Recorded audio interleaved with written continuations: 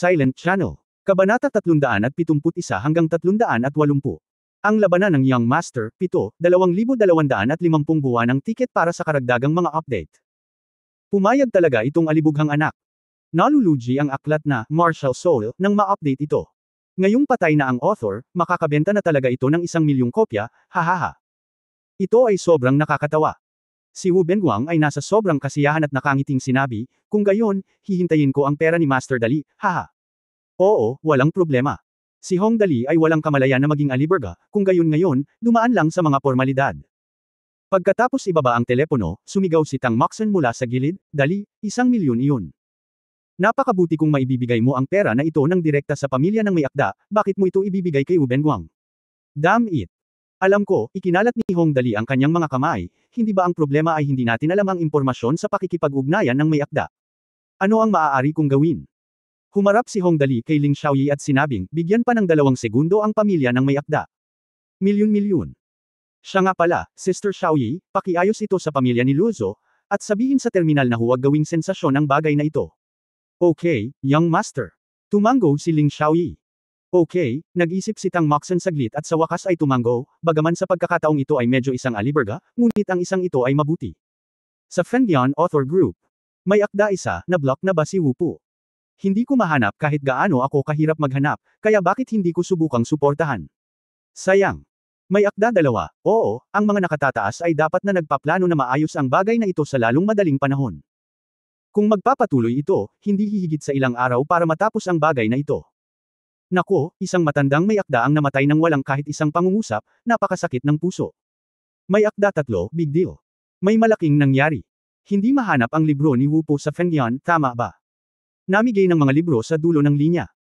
At isang opisyal na anunsyo ang ginawa, sa pagkakataong ito ay talagang big deal. Lahat, pumunta at tingnan. Author 2, totoo o mali? Pumunta at tingnan.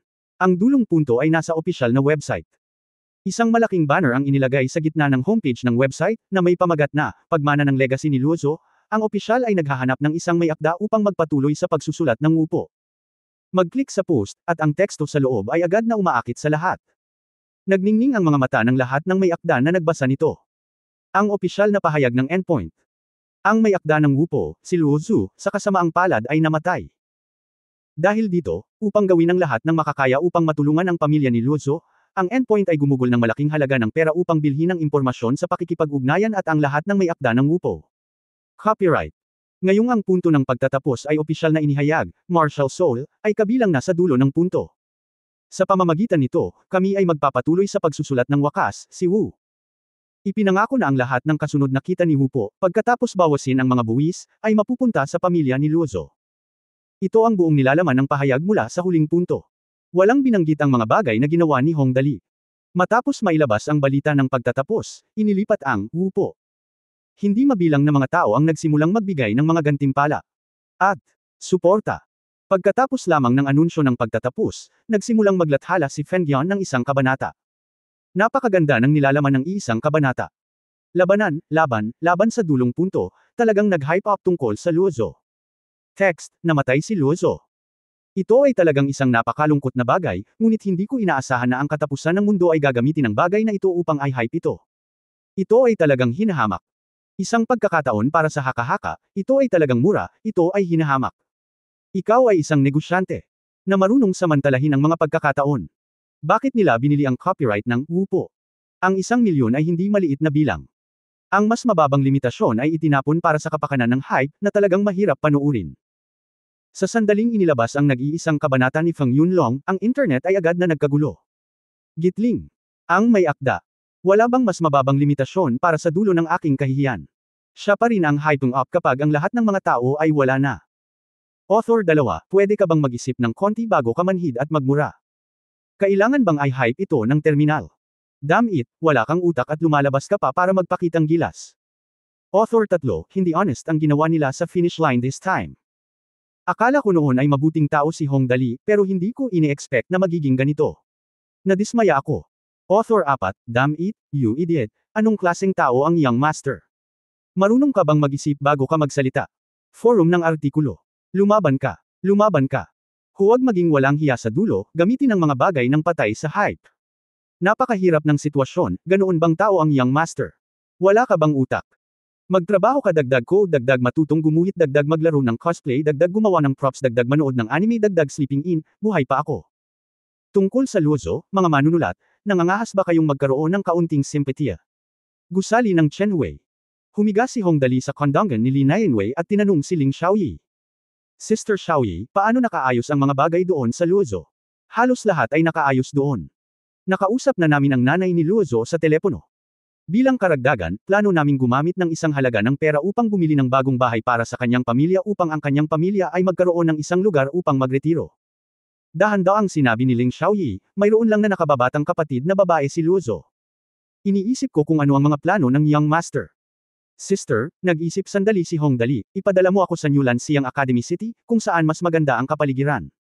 Dapat pala tapos na ang love apartment, mag-aayos pa ako ng mas malaking bahay para sa pamilya niya, at sa malapit na tindahan, wala akong balak na maningil doon. Okay. Tumango si Ling Xiaoyi, lahat ng iba ay maayos. Kaya lang sa pagkakataong ito ay marami na ang nagpapagalit sa atin at sinasabing ginagawa nating sensasyon ang bagay na ito. Young Master, gusto mo bang tumugon? Nang marinig ang sinabi ni Ling Xiaoyi, galit na sinabi ni Tang Moxan, ang mga taong ito ay hindi nakikilala ang mabuti at masama. Tumango rin ang walang malasakit na apelyido ni Li Nianwei, oo, sayang, walang pagkakaiba sa pagitan ng tama at mali. Hindi ako sisigot. Mahinahong sinabi ni Hong Dali, kung tutugon ka, ito ay talagang magiging hype. Maaaring sabihin ng mga tao ang anumang gusto nila, at magagawa natin ang makakaya natin. Nga pala, narinig ko na ang ama ni Luozo ay may kapansanan. Oo. Young Master. Sinabi ni Ling Xiaoyi, sa aksidente sa sasakyan, ang dalawang binti ay nawala mula sa tuhod pababa. Kung hindi mapapagod si Luozo. Well. Tumango si Hong Dali at sinabing, maghintay hanggang matapos natin ang pananaliksik sa endoskeleton. Bigyan mo muna siya ng bago. Okay. May akda isa. Sa Fengyan Author Group. Wala na akong sasabihin, hindi ko isusulat ang librong ito, babalik ako sa dulo. Author 2, babalik din ako, talagang ibinenta ni Fengyan ang lahat ng copyright, napaka-unreasonable. Tian Yuanlong, damn it, binigyan kayo ni Ren Fengyan ng napakataas na presyo ng buyout, talagang isa kayong traidor. Author 1, fuck you ate. Ang pagtataksil ko ay nagpapakita na may konsensya pa ako, paano ako magiging katulad mo? Tian Yuanlong, ikaw tanga, sinong nagkukunwaring inosente? Hindi naiintindihan ng mga magulang ko. Bilasan natin. Huwag mong hayaang makaapekto ito sa mood natin. Nag-publish ako ng 1.7 milyong salita sa bago kong libro sa loob ng kalahating taon, at pinaglalaroan ko pa rin ito araw-araw, kaya mabuti. Author 2, napakatanga mo na wala kang pakialam sa konsensya mo, di ba? Ang pangalawang may akda ay pinaalis sa Fengyan Writers Group. Author 1, idiot, may sinipa ka talaga. Kung may lakas ka ng loob, sisipain mo rin ako. Ang Author 1 ay pinaalis sa Fengyan Writers Group. Tian Yuanlong, huwag mo akong sisihin sa pagsasabi ng mga pangit na salita sa harap mo. Kami ay isang grupo ng mga manunulat ng Fengyan. Bawal pag-usapan ang wakas sa grupo. Ang sinumang tumatalakay nito ay misisipi ng walang paliwanag. Noong nagkaroon ng kaguluhan sa internet, wupo, may malaking pagbabago na naman dito. Una, ang 5 kataas-taasang Diyos sa linya ng pagtatapos ay nag-alok ng mga gantimpala, bawat isa ay may 1 milyong mga barya sa pagtatapos. Di nagtagal, ang bilang ng mga reward para sa Martial Soul ay umabot muli sa bagong kick. Sa simula, mayroong humigit kumulang 1,000 mga may akda at mambabasa na nagbigay ng mga tip sa Martial Soul. Bilang resulta, ang bilang ay nagsimulang tumaas ng libo-libo. Sa gabi, ang bilang ng mga taong nagtip ay lumampas sa 10,000, at ito ay nagpapatuloy pa rin. Fengyan Headquarters Building. Young Master, kasalukuyang may halos 100 mga may akda na nagpaplanong bumalik sa linya ng pagtatapos. Ito ang mga may akda na binili sa mataas na presyo noong unang binuksan ang site. Si General Manager Fengyan Liu ay tumayo sa harap ng Wubunguang at Sir Aishi Hippo para magulat. Hanggang sa malayo. Naglakad-lakad si Wu Benguang sa silid, mayroon bang paggalaw sa mga may akda ngayon? Walang masyadong paggalaw sa ngayon, sagot ni General Manager Liu, ngayon ay pinigilan na ito ng may akda. Ayon sa iyong pamamaraan, itinulak namin ang bagay na ito hanggang sa dulo upang gamitin ang pagkakataong mag-hype. Ngayon halos kalahati ng grupo ng may akda ang nagpahayag ng suporta, at ang tugon ay hindi masyadong malaki. Ito ay isang may akda na nagngangalang Tian Yuanlong na lubos na sumusuporta sa amin. Well, mabuti yun. Matigas na sinabi ni Wu Benguang, lahat ng may akda na sumusuporta sa amin sa pagkakataong ito ay tataas ang kanyang rekomendasyon. Bigyan mo ako ng malaking thumbs up. Para sa mga umalis, alisin ang lahat ng mga libro sa mga stand at tuluyang mawala ang mga ito. Young Master, hindi namin itatago ang mga umalis. Maingat na sinabi ni General Manager Liu, marami sila. Medyo maganda ang kalidad ng kanyang mga libro, kaya nakakalungkot na umalis siya ng ganito. Well, hindi nagmamadaling sumagot si Wu Benguang sa kanya, ngunit nagtanong, nga pala, ilang mga bago ang iniwan ng may akda sa kabuuan. Gaano kalaki ang pagbabago sa mga libro? Ayon sa mga istatistika, may humigit kumulang 400 libro ang nawawala, sagot ni General Manager Liu. 400 aklat, 400 aklat, marami iyan, ang 5 aklat ay isang umiikot sa silid, at pagkatapos ay naiinip nilang iwinagayway ang kanilang mga kamay, lumabas ka muna, at pag-iisipan ko ito mamaya. Okay. Agad na lumabas si General Manager Liu. Sa sandaling umalis siya, agad na kinuha ni Wu Benguang ang kanyang mobile phone, nag-dial, at nag-aalalang sinabi, Uncle Hima, marami sa mga may akda ng aming website ang umalis sa bagay na ito, at may humigit kumulang 400 na mas kaunting mga libro na na-update sa loob ng 3 araw. Ano ang gagawin? Paano magiging big deal? Sina Sir Aishi at Ma sa kabilang panig ng telepono ay same time na nagsabi, mas mabuting umalis nang walang iwanan. Nagulat na sabi ni Wu Benguang. Mayroong higit sa 400 mga may akda, at mayroong halos 100 mga piling tao. Aalis ang mga hindi pa pumirma sa kontrata, ngunit ang mga binili namin ay na-poach ng napakahirap. Ang layunin ay hayaan silang umalis ng mag-isa. Mahinahon na sinabi ni Sir Aishi at Ma, sa sandaling umalis sila, mababawasan ng husto ang ating mga gastusin. Bilang karagdagan, maaari mong hilingin sa editor na pabilisin ang pagkumpleto ng aklat at samantalahin ang pagkakataong ito upang maalis ang mga ito. Pagkatapos pakinggan ang mga salita ni Sir Aishi Kazuma, nag-aalalang sinabi ni Wu Benguang, kapag wala na ang mga may akda na ito, mababawasan ng malaki ang mga gastusin, ngunit maa-update ang ating mga libro sa loob ng 3 araw. Hindi may iwasang bababa ang volume. Kung matatalo tayo. At hahayaan lamang nitong makuha ni Hong Dali ang puso ng mga tao, natatakot ako na pagdating ng panahon. Ang mga shopping mall ay parang mga larangan ng digmaan, at ang kabaitan ay hindi kailangan. Napakalma at mabagal ang boses ni Sir Aishi at Maria. Sinabi ni Shu, kapag umalis ang mga taong ito na bumibili sa matataas na presyo, ang malaking bilang ng mga posisyon sa rekomendasyon ay hindi may iwasang mabakant. Ito ay kapag ang mga may akda na nagbabahagi ng mga kita ang pumalit. Kung ang website ay gustong kumita, dapat itong mga may akda na ito ang may potensyal na bumili ng mga bahagi. Ang mga bibili ng mga bahagi ay tiyak na magkakaroon ng potensyal. Ang presyo ng pagbili para sa mga nawawalang mga may akda ay hindi masyadong mataas ang kinabukasan. Alam ko ito, ngunit. Tanong ni Wu Benguang, ngunit paano ang pastahan natin kay Hong Dali? Tiyak na aalis ang mga may akda na ito sa sandaling umalis sila. Doon, hindi ba ito katumbas ng pagpapalakas ng lakas ni Hong Dali? Madali lang yan. Sinabi ni Sir Aishi Kazuma, pagkalipas ng 2 araw, magsasagawa kami ng isang patimpalak sa sanaysay batay sa mga kategorya, at ipinangangako namin na ang mga may natitirang resulta lamang ang mananalo sa aming istasyon. Ang rekomendasyon ng Omni-Channel, na napakalaking benepisyo, ang mga may akda ay tiyak na masigasig na lalahok, ngunit hindi namin kailangang gumastos ng anumang pera. Tito Hema, napakagaling mo. Dinilat ni Wu Benguang ang kanyang mga mata pagkatapos marinig ito. Sa sandaling dumating si Hong Dali, ito ay katumbas ng pagkuha sa mga may akda na tumakbo pabalik, ngunit ang mga may akda na umalis sa kanila at pagkatapos ay bumalik ay tiyak na may sama ng loob. Ngunit maaari nating itapon ang malaking bagahe at idagdag ang koleksyon ng sanaysay na ito. Kapag nanalo tayo sa pastahan na ito, magiging ganap na uunlad ang ating istasyon. Bueno, Master Wubon, sa wakas ay naisip mo na. Sir Aishi and Ma chuckled, patay na ang author ng Martial Soul. Napakagandang hype opportunity, so what if I really don't know about it? Ilang daang authors lang yun, kaya hindi na ito malaking problema. Ibaba ko na lang ang tawag kung walang kwenta. I'm here to talk. It's about the game. Sige, abala muna tayo kay Tio Ma. Binaba niya ang telepono. Si Wu Benguang pagkatapos ay kontentong sumandal sa sofa. Tumawa siya at sinabing, hahaha, sa pagkakataong ito ay nawala na talaga ng asawa si Hong Dali at nawala ng hukbo.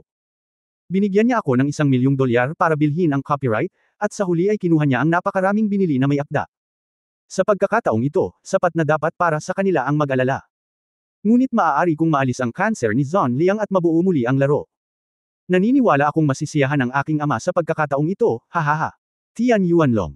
Mula sa grupo ng may akda ni Feng Yan. Hayaan mong sabihin ko sa iyo ang isang bagay. Sinimulan ni Feng Yan ang isang malaking tawag para sa mga sanaysay sa lahat ng 6 na kategorya. Irerekomenda ito ng lahat ng channel sa hinaharap. Siya ang susunod na kataas-taasang Diyos. May akda isa, totoo ba? Titingnan ko ito. Walang pagkakataong makasali sa patimpalak ng sanaysay na ito. Tian Yuanlong, syempre totoo, binata. Makalipas ang 2 araw. Young Master, Chief, ang mga resulta ng kasalukuyang essay solicitation ay medyo maganda. Nakangiting nagulat si General Manager Liu, bagaman maraming mga may akda ang nawalan ng trabaho dahil sa insidente ni Luozu noon, ang bilang ng mga bagong libro ay agad na tumaas sa sandaling na i-publish ang essay solicitation. Sa kasalukuyan, 3 araw na ang lumipas. Ang kabuuang bilang ng mga aklat na na-update sa loob ng 3 araw ay lumampas sa 5,500 na marka, na higit sa 500 na mga libro na na-update sa loob ng 3 araw ng pagtatapos, at ito ay dumarami pa rin ang aming kliyente sa pag-promote ng Fenggon. Ang naka-install na kapasidad ay lumampas sa 5 milyong beses. Hahaha, okay. Tumawa si Wu Benguang at sinabing, mas mahusay pa rin tayo kay Uncle Ma. Sa pagkakataong ito, kahit nanalo muli ang panig ni Hong Dali. Kahit anong mangyari, hindi natin ito maaalis sa ating mga kamay.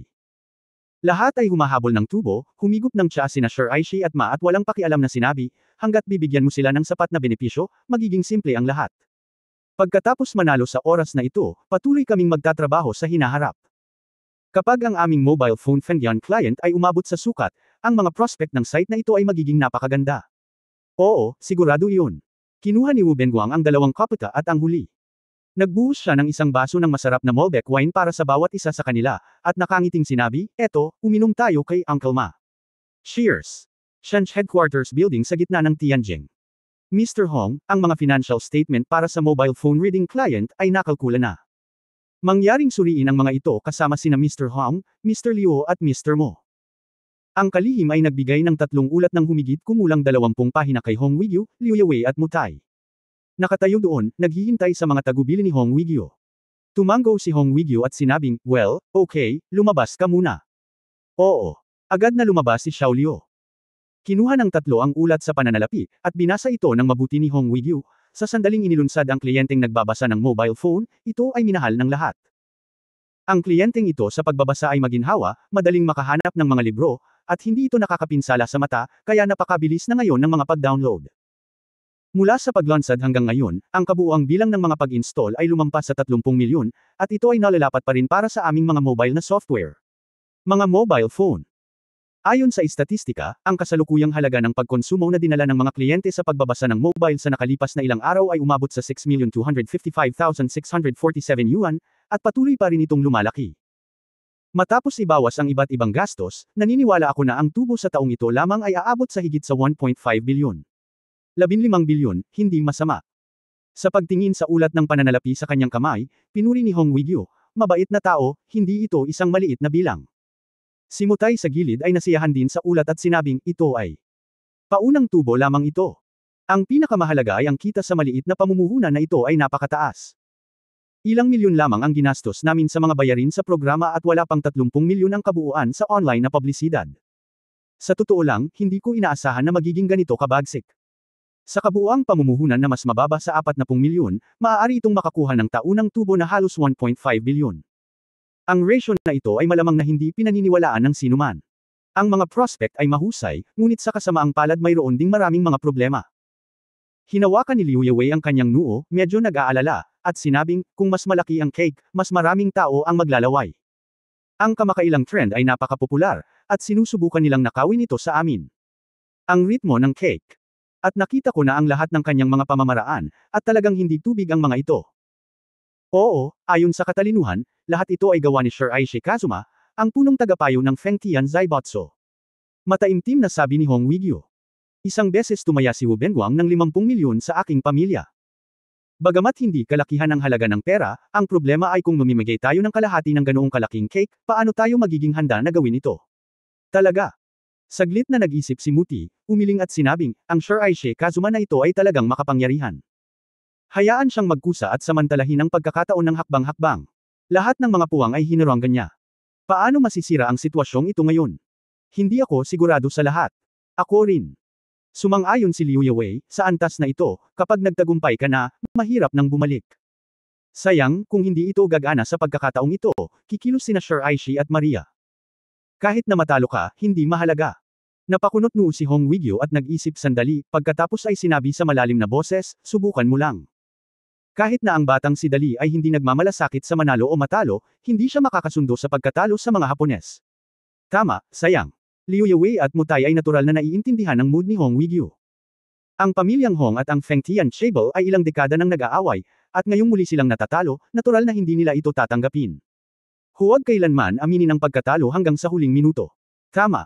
Biglang nagningning ang mga mata ni Mutay at sinabi niya, dahil wala tayong maisip na paraan ay hindi rin ibig sabihin ng iba. Bakit hindi natin tanungin si Jianye? Napakakulimlim ng taong ito, baka may paraan. Okay. Tanungin ko siya.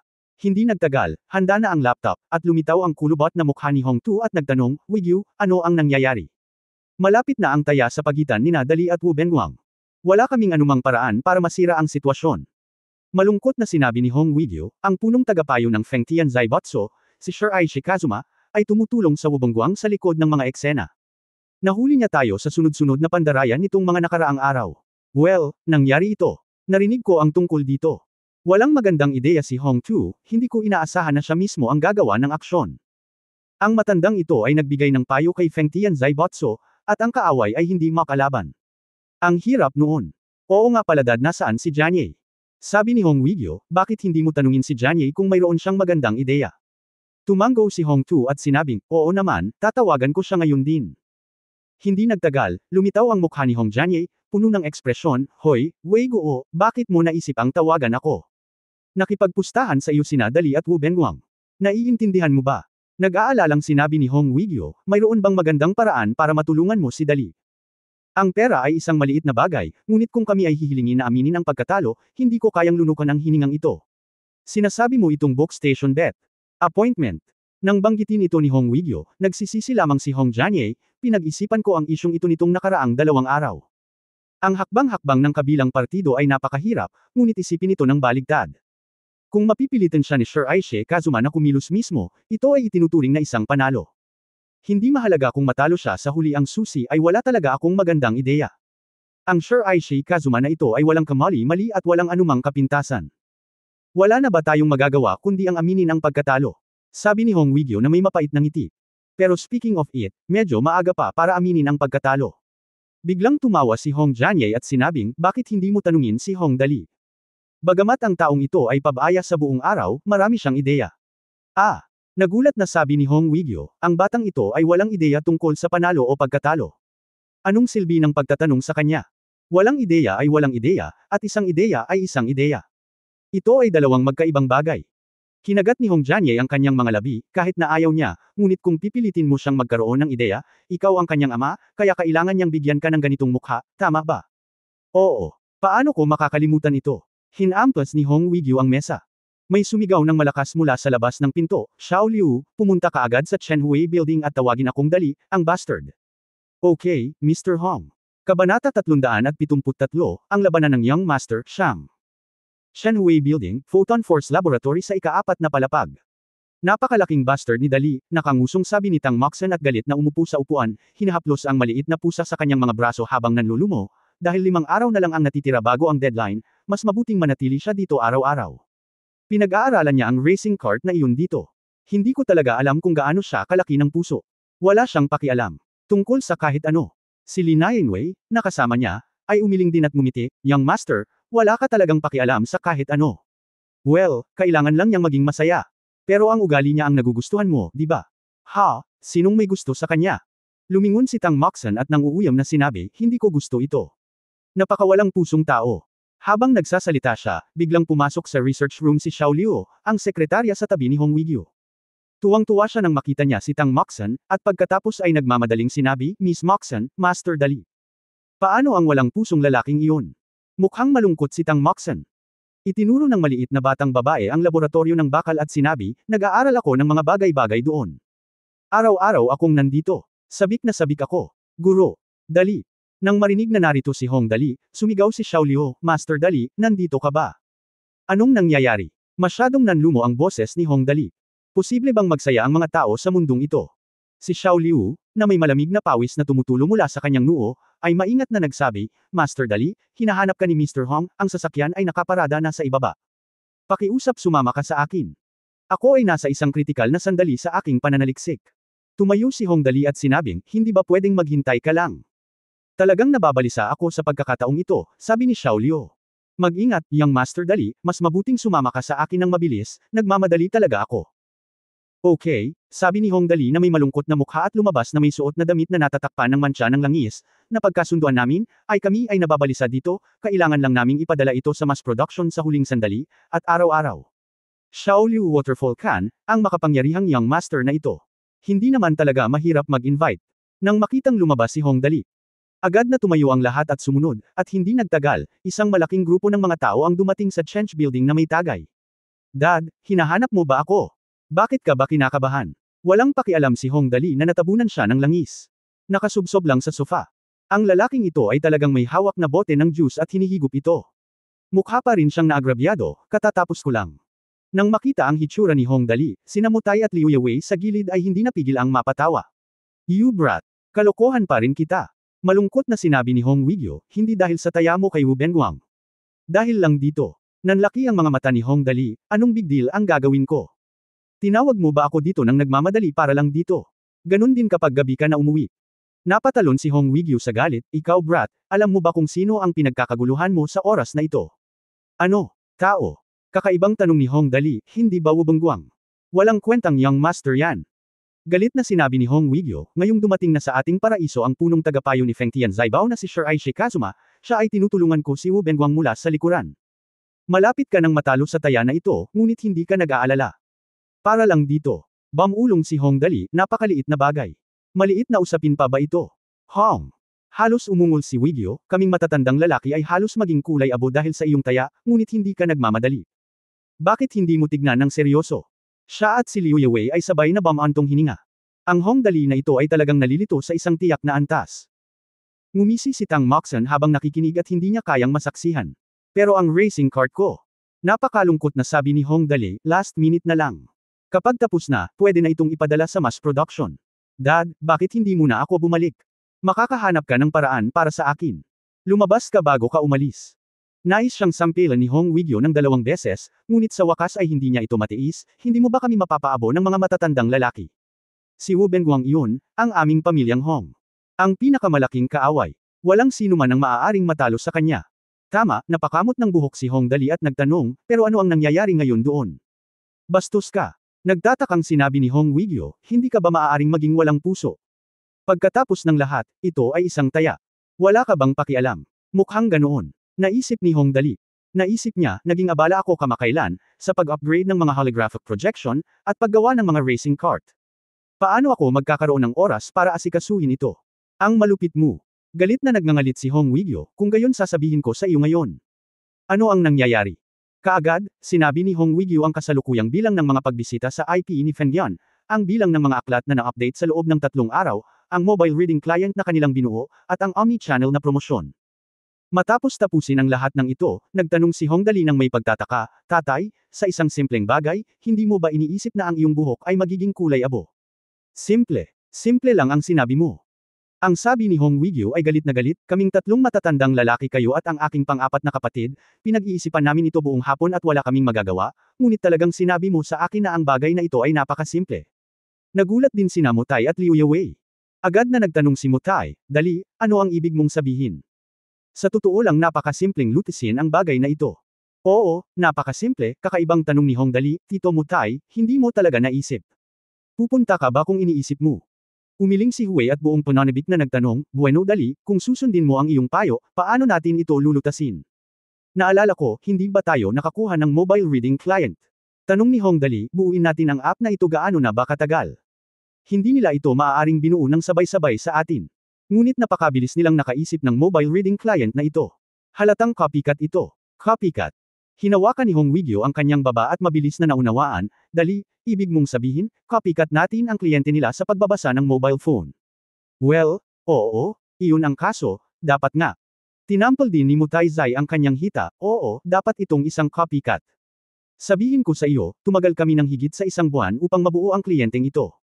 Gaano man sila kabilas, hindi nila ito matatapos sa loob ng ilang araw. Well, copycats are for sure, Liu Yewei touched his chin at this time, and then frowned, pero copycats are not easy to deal with, Dali, you mean we sue them for infringement? The problem is infringement. Blurred the bound iris, and it must be at least 60% identical to be considered similar infringement to be considered similar infringement. Mga 50%. Oo, tama iyan. Hindi tayo mananalo sa demanda. Umiling din si Hong Wigyu at sinabing, kung hindi natin puputulan ang kliyenteng ito sa pagbabasa, wala tayong ganap na kalamangan.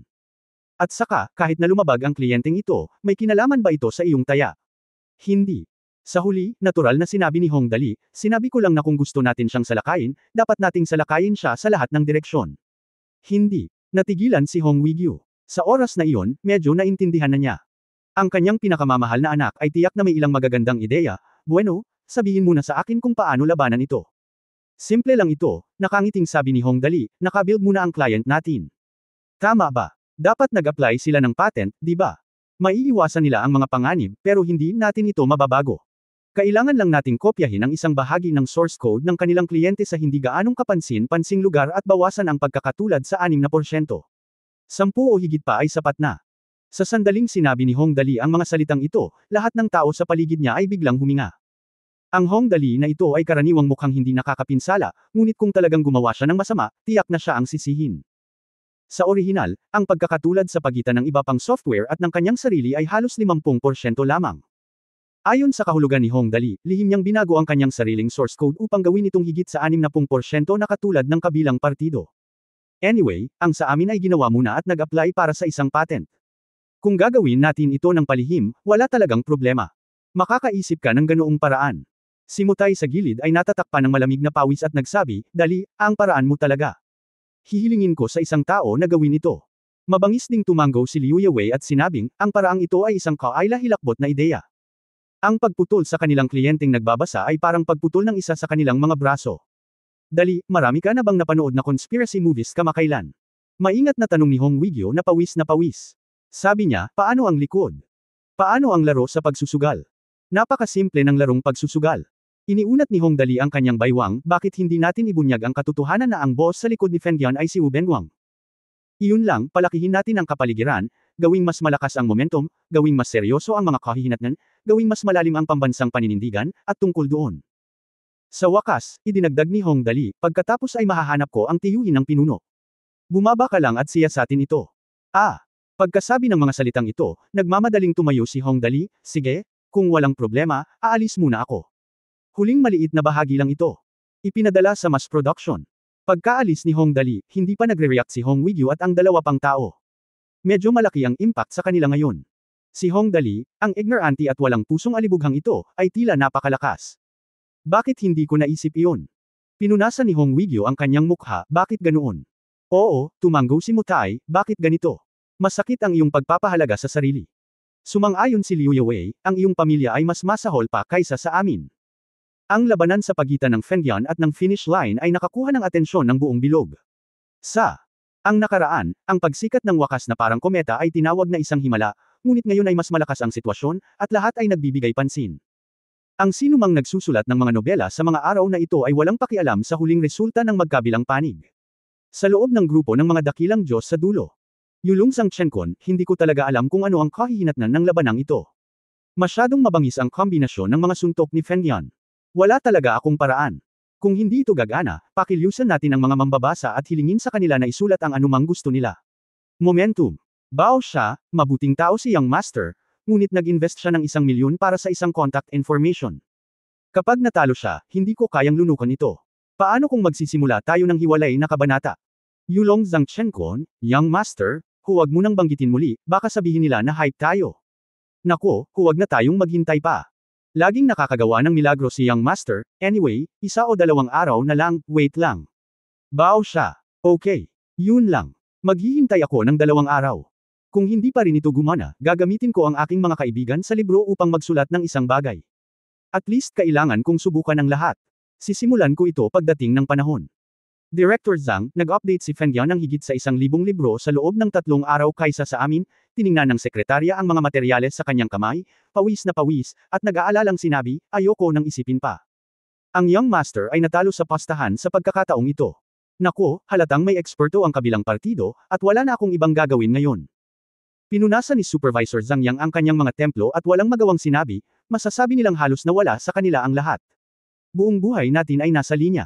Hindi natin matutularan ang kanilang halimbawa, tama ba? Oo, well, sayang lang ang luoso.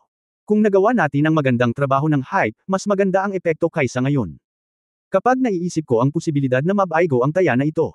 Bakas sa mukha ng sekretarya ang panghihinayang. Kung tutusin, lubos na inaalagaan ni Hong Dali ang mga taong nakapaligid sa kanya. It goes without saying na binibigyan ko lang siya ng reward kapag wala akong magawa. Ang susi ay ang sariling karakter ni Hong Dali. Kung matatalo siya, sino ang handang gawin ito? Nako, hindi ko alam kung ano ang iniisip ng Young Master. Napabuntong hininga si Zhang Yang, kalimutan mo na ito, dahil sa kanyang pagkatao kaya natin iaalay ang ating buhay para sa kanya. Tatanungin ko ang Young Master kung ano ang kanyang mga plano. Kung talagang hindi ito gagana, ay develop na lang natin ang mobile reading client at gawin ang lahat ng ating makakaya. Oo. Habang nag-uusap ang dalawa ay biglang may tumakbo papasok at sumigaw pagkapasok nila sa pinto. Director Zhang, mabuti, mabuti. Sa wakas ay kumilos na ang Young Master. Talaga. Biglang tumayo si Zhang Yang. Sabi niya nang may pag-aalala, ano ba talaga ang gagawin mo, Young Master? Sabihin mo sa akin dali. Maaari tayong magtulungan ng lubos dito. Isang magandang bagay, isang magandang bagay. Ito ay isang magandang ideya. Masayang sinabi ng lalaki, sinabi iyan ni Sister Xiaoyi. Ang solusyon ay kasuhan ang kliyente ng mobile phone ni Fengdian para sa mga copycat. Holy shit! Buti naman. Mariing pinalakpak ni Zhang Yang ang kanyang mga kamay, mga copycat. Hanggat matibay ang ebidensya, sasampalin sila hanggang sa mamatay. Ritmo. At kailangan nilang bayaran tayo. Sa puntong ito, hinampas ni Zhang Yang ang mesa. Sinabi niya sa kalihim sa malalim na boses, makinig kayo sa akin. Alam ninyong lahat kung gaano kahirap ang ating bansa sa pagsugpo sa copycat piracy, di ba? Ang pagkakataong ito ay isang magandang pagkakataon para tayo ay lumaban. Ihagis mo sa akin ang pera, ihagis mo sa akin ang pera. Pumunta sa Departamento ng Pananalapi at makakuha ng 10 milyon. Ang pinakamahusay. Walang puwang para sa mga pagkakamali. Okay. Nang marinig ito, tuwang-tuwa ang sekretarya at lalabas na sana kaagad, ngunit pinigilan ni Zhang Yang, gayon din. Ilabas mo sa akin ang balitang ito. Kung mas malaki ang saklaw, mas mabuti. Mas maraming taong nakakaalam, mas mabuti. Okay, pupunta ako kaagad. Nang ang mga pangunahing grupo ng may akda ay binibigyang pansin ang labanan na ito, ang buong insidente ay muling umikot na maaaring tawaging twist. Sa pagtatapos ng araw, nagsampa ng reklamo at dinala si Fengdian sa korte upang aidmanda si Fengdian para sa copycat na kliyenteng nagbabasa ng mobile phone. Sa sandaling lumabas ang balitang ito, ang buong bilog ay nagkagulo. Para malaman. Sa mundong ito, ang kaharian ng langit ay nagbibigay ng malaking kahalagahan sa copyright sa isang pathological na antas. Pagkatapos ng lahat, sa pamamagitan lamang ng pagprotekta sa copyright ay mapapasigla ang pagbabago. Kung ang ibang tao ay may magandang ideya, at pagkatapos ay direktang kinokopya ito ng isang malaking kumpanya at kalaunan ay papatayin ang orihinal na bersyon, kung gayon sino ang bubuo ng mga bagong proyekto.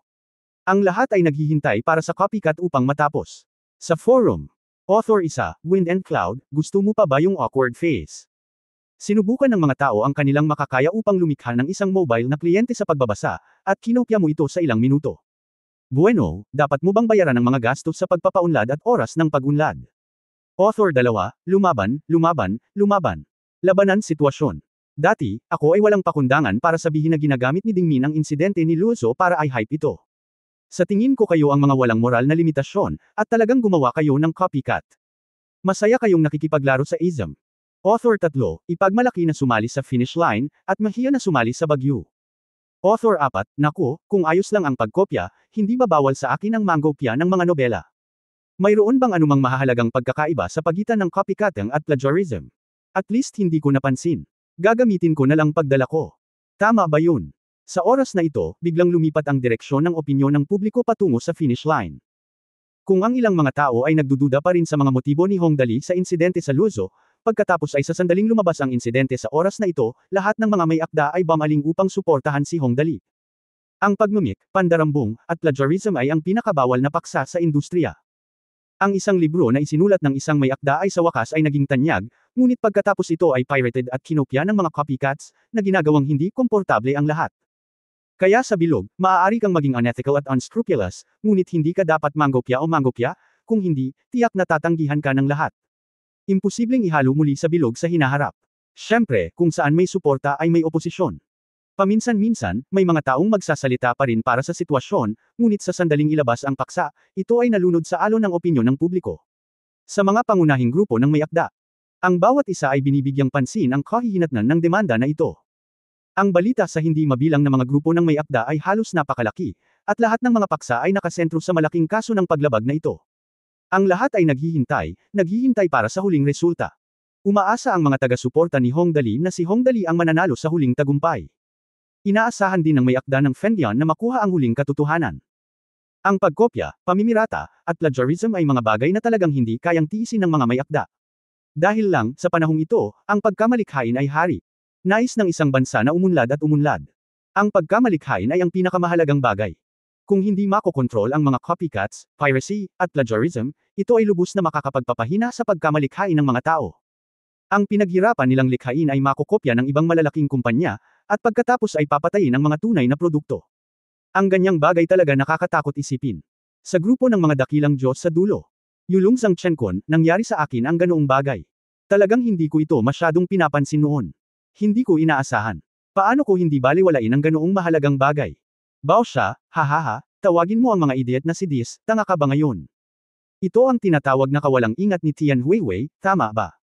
Yulong Zhang Chenkon, sinasabi na ang trial site ay nasa ating Tianjin Supreme People's Court. Bao siya, go, you have to go. Pero dapat ko bang pakilyusan ang mga mambabasa na pumunta din? Yulong Zhang Chenkon, well, iminumungkahi ko na huwag mag-imbita ng mga mambabasa. Ang legal na proseso ay medyo pabago-bago. Kung sakali, ang ibig kong sabihin ay 100%. Una, natalo ang Young Master sa demanda. Bao siya, well, totoo yan. Ngayon medyo nagbago na ang opinyon ng publiko. Marami ang nagsasabi na maling akusasyon ito, ngunit sa palagay ko, dahil ang Young Master ay naglakas loob na magdemanda, tiyak na makukuha niya ito. Kung hindi, hindi tayo maaaring magdemanda. Kung hindi, maghanap tayo ng ilang mga kaibigan upang suriin ito. Walang masyadong pagkakaiba, sa pagkakataong ito ay magkakaroon ng malaking epekto sa Fengyang. Yulong Zhang Chenkon, well, may katuturan iyon. Kung gayon, pakilyusan natin ang lahat ng mga kaibigan sa libro na nakatira sa Tianjin na pumunta doon. Oo nga pala, maaari mong hilingin sa mga may akda na kilala mo mula sa Fengyang na makipag-ugnayan sa ilang mga mambabasa. Bao siya, okay. Kakayanin natin ito. Fengyang Headquarters Building. Young Master, sabi ni General Manager Liu na pawis, ang aming mobile phone Fengyang client ay Aidine Manda ni Dingmin. Aidine Manda nila kami dahil sa pagkopya. Ngayon maraming mga libro ang tumigil sa pag-update. Nilinaw ng may akda na hindi siya mag-update hanggang sa lumabas ang mga resulta. Paano kung matalo kami sa kaso na ito? Baga, takot na takot ka. Mabangis na sinabi ni Wu Benguang, noong una naming binuo ito, kinopya lang namin ang 51.52% ng source code. May malaking agwat sa pagitan ng 60% at 60%. Sa palagay mo ba ay hindi ko alam ang tungkol sa kanyang batas sa proteksyon sa copyright? Paano ka maiinip? Ito. Okay, naiintindihan ko. Kaya, Young Master, paano ko ito aayusin? Maingat na tanong ni General Manager Liu. Mag-imbita ng isang pangkat ng mga abogado, ang pinakamahusay na pangkat ng mga abogado. Inilabas ni Wu Benguang ang upos ng sigarilyo, paano natin palalampasan ang magandang pagkakataon? Nagkataon lang na sinamantala natin ang pagkakataong ito para kagatin sila pabalik at aidmande sila para sa paninirang puri. Okay. Oo, Young Master, naiintindihan ko, pupunta ako kaagad. Pumunta si General Manager Liu upang ayusin ang pawis sa kanyang mukha. Uncle Ma, wala bang problema sa arrangement ko this time? Pagkaalis ni General Manager Liu, maingat na tiningnan ni Go Motogwang sina Sir Aishi at Ma at nagtanong, may gagawin pa ba tayo? Sa kasalukuyan okay, hindi na kailangang baguhin. Mahinahong sinabi ni na Bai Shi at Ma, imbitahan ang pinakamahuhusay na abogado sa ating imperyo at lipulin ang Hongdali sa pagkakataong ito. Okay. Pagkatapos lamang ng isang gabi ng magulong undercurrents, sa eksaktong 1:00 ng umaga, ang pinakamalaking kaso laban sa copycat na paglabag sa kaharian ng langit sa nakalipas na 10 taon ay ginanap. Sa katunayan, ayon sa mga normal na pamamaraan, ang proseso mula sa pag-uusig hanggang sa paglilitis ay tumatagal ng hindi bababa sa 15 araw. Ngunit ang usaping ito ay medyo espesyal. Dahil masyadong malaki ang halagang kasama sa pagkakataong ito. Ang kliyenteng nagbabasa ng mobile phone ng Hongdali ay mayroon na ngayong araw-araw na netong kita na higit sa 6 na milyon. Habang tumatagal, mas mataas ang ilegal na halagang nasasangkot. Kaya sa pagkakataong ito, ang Tianjin Supreme People's Court ay nagbigay ng berdeng ilaw sa lahat ng paraan. Mula sa pagtanggap ng reklamo hanggang sa pagdinig, tumagal lamang ito ng 1 araw. 9:00 ng umaga kinabukasan, hindi mabilang na mga tao ang bumangon ng maaga, nagmamadaling naghugas, at dumagsa sa Tianjin People's Court para obserbahan itong siglo-level na paglilitis. Passerby A, narinig mo ba? Ang pagdinig sa korte ngayon ay ang pinakamalaking kaso ng paglabag sa mga nakaraang taon. Passerby B, syempre, nakita ko ang balita kagabi, di ba pumunta ako dito? Oops, this time grabe. Ang dami na raw infringement na dapat milyon-milyon kada araw. Passerby C, tama. Nabalitaan ko na malapit sa 4,000 ang naka-install na base ng mobile reading client na ito sa dulo. Iyon lang. Dahil dito, nagselos si Fang Yun at gumawa ng copycat. Naku, wala talagang limitasyon dito. Ang mga nagdaraan ay maraming pinag-uusapan, at ang mga may akda na tinawag ng 5 kataas-taasang Diyos sa dulo ay dumating din. May akda isa, dapat tayong manalo ngayon. Walang mas mababang limitasyon ang Fengyan, pagnanakaw ng mga tao, pagbebenta ng mga copyright, at ngayon ay mga copycat na kliyente, hindi natin sila dapat pabayaan ng madali. May akda 2, oo. Ang karakter ng Young Master, pagkatapos ito ay kahanga-hanga. Kailangan nating suportahan ang anumang sasabihin natin. May akda 3, damit, hindi ko man lang na-update ang libro dahil dito. Dapat manalo ako ngayon. Oo, kailangan nating manalo. Mga kapatid, uminom tayo pagkatapos nating manalo. Pinag-uusapan ito ng isang malaking grupo ng mga tao dito, at narinig din ng mga reporter mula sa mga pangunahing istasyon sa kabilang panig ang balita, na may dalang mahahabang baril at maiikling kanyan, at barilin sa kani-kanilang istasyon. Banner, sama-sama. Naghihintay na lang na magpulong ang korte. Hindi nagtagal, 9:00 ng umaga, bumukas ang pinto ng Tianjin People's Court, at hindi mabilang na tao ang nagmadaling pumasok sa loob. Natatakot ako na hindi ako makagrab ng pwesto kung medyo malate ako. Ang mga bantay ng hukuman ay parang dayami sa ilalim ng karit. Sa isang iglap, sinugod siya ng mga tao. Matapos ang pagkakasunod-sunod sa eksena ay sa wakas ay napanatili. Ang buong lugar ng pagsubok ay puno ng mga tao kahit na sa mga pasilyo, at ang 20,000 upuan ay napuno sa kapasidad. Pagkatapos, lumitaw ang pinagsamang pangkat ng pagsubok. Binubuo sila ng 8 hukom na may mga propesyonal na kwalifikasyon sa Tianjin City. Lahat sila ay lubos na iginagalang na mga tao.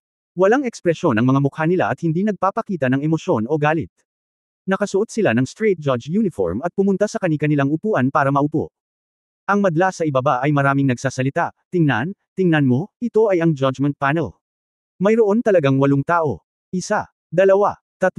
Diyos, kilala ko ang 6 sa mga taong ito. Kilala ko silang 5, alam ko. Sige, lahat sila ay walang awa na tao, isang bagay na dapat makita ngayon. Kilala ko ang lahat ng 8 taong ito. Konserbatibong tinatayang nasubukan na nila ang halos 3,000 kaso ng magkasama. Mayroon silang napakayaman na karanasan. Talagang pagsubok ito ng siglo, kamangha-mangha.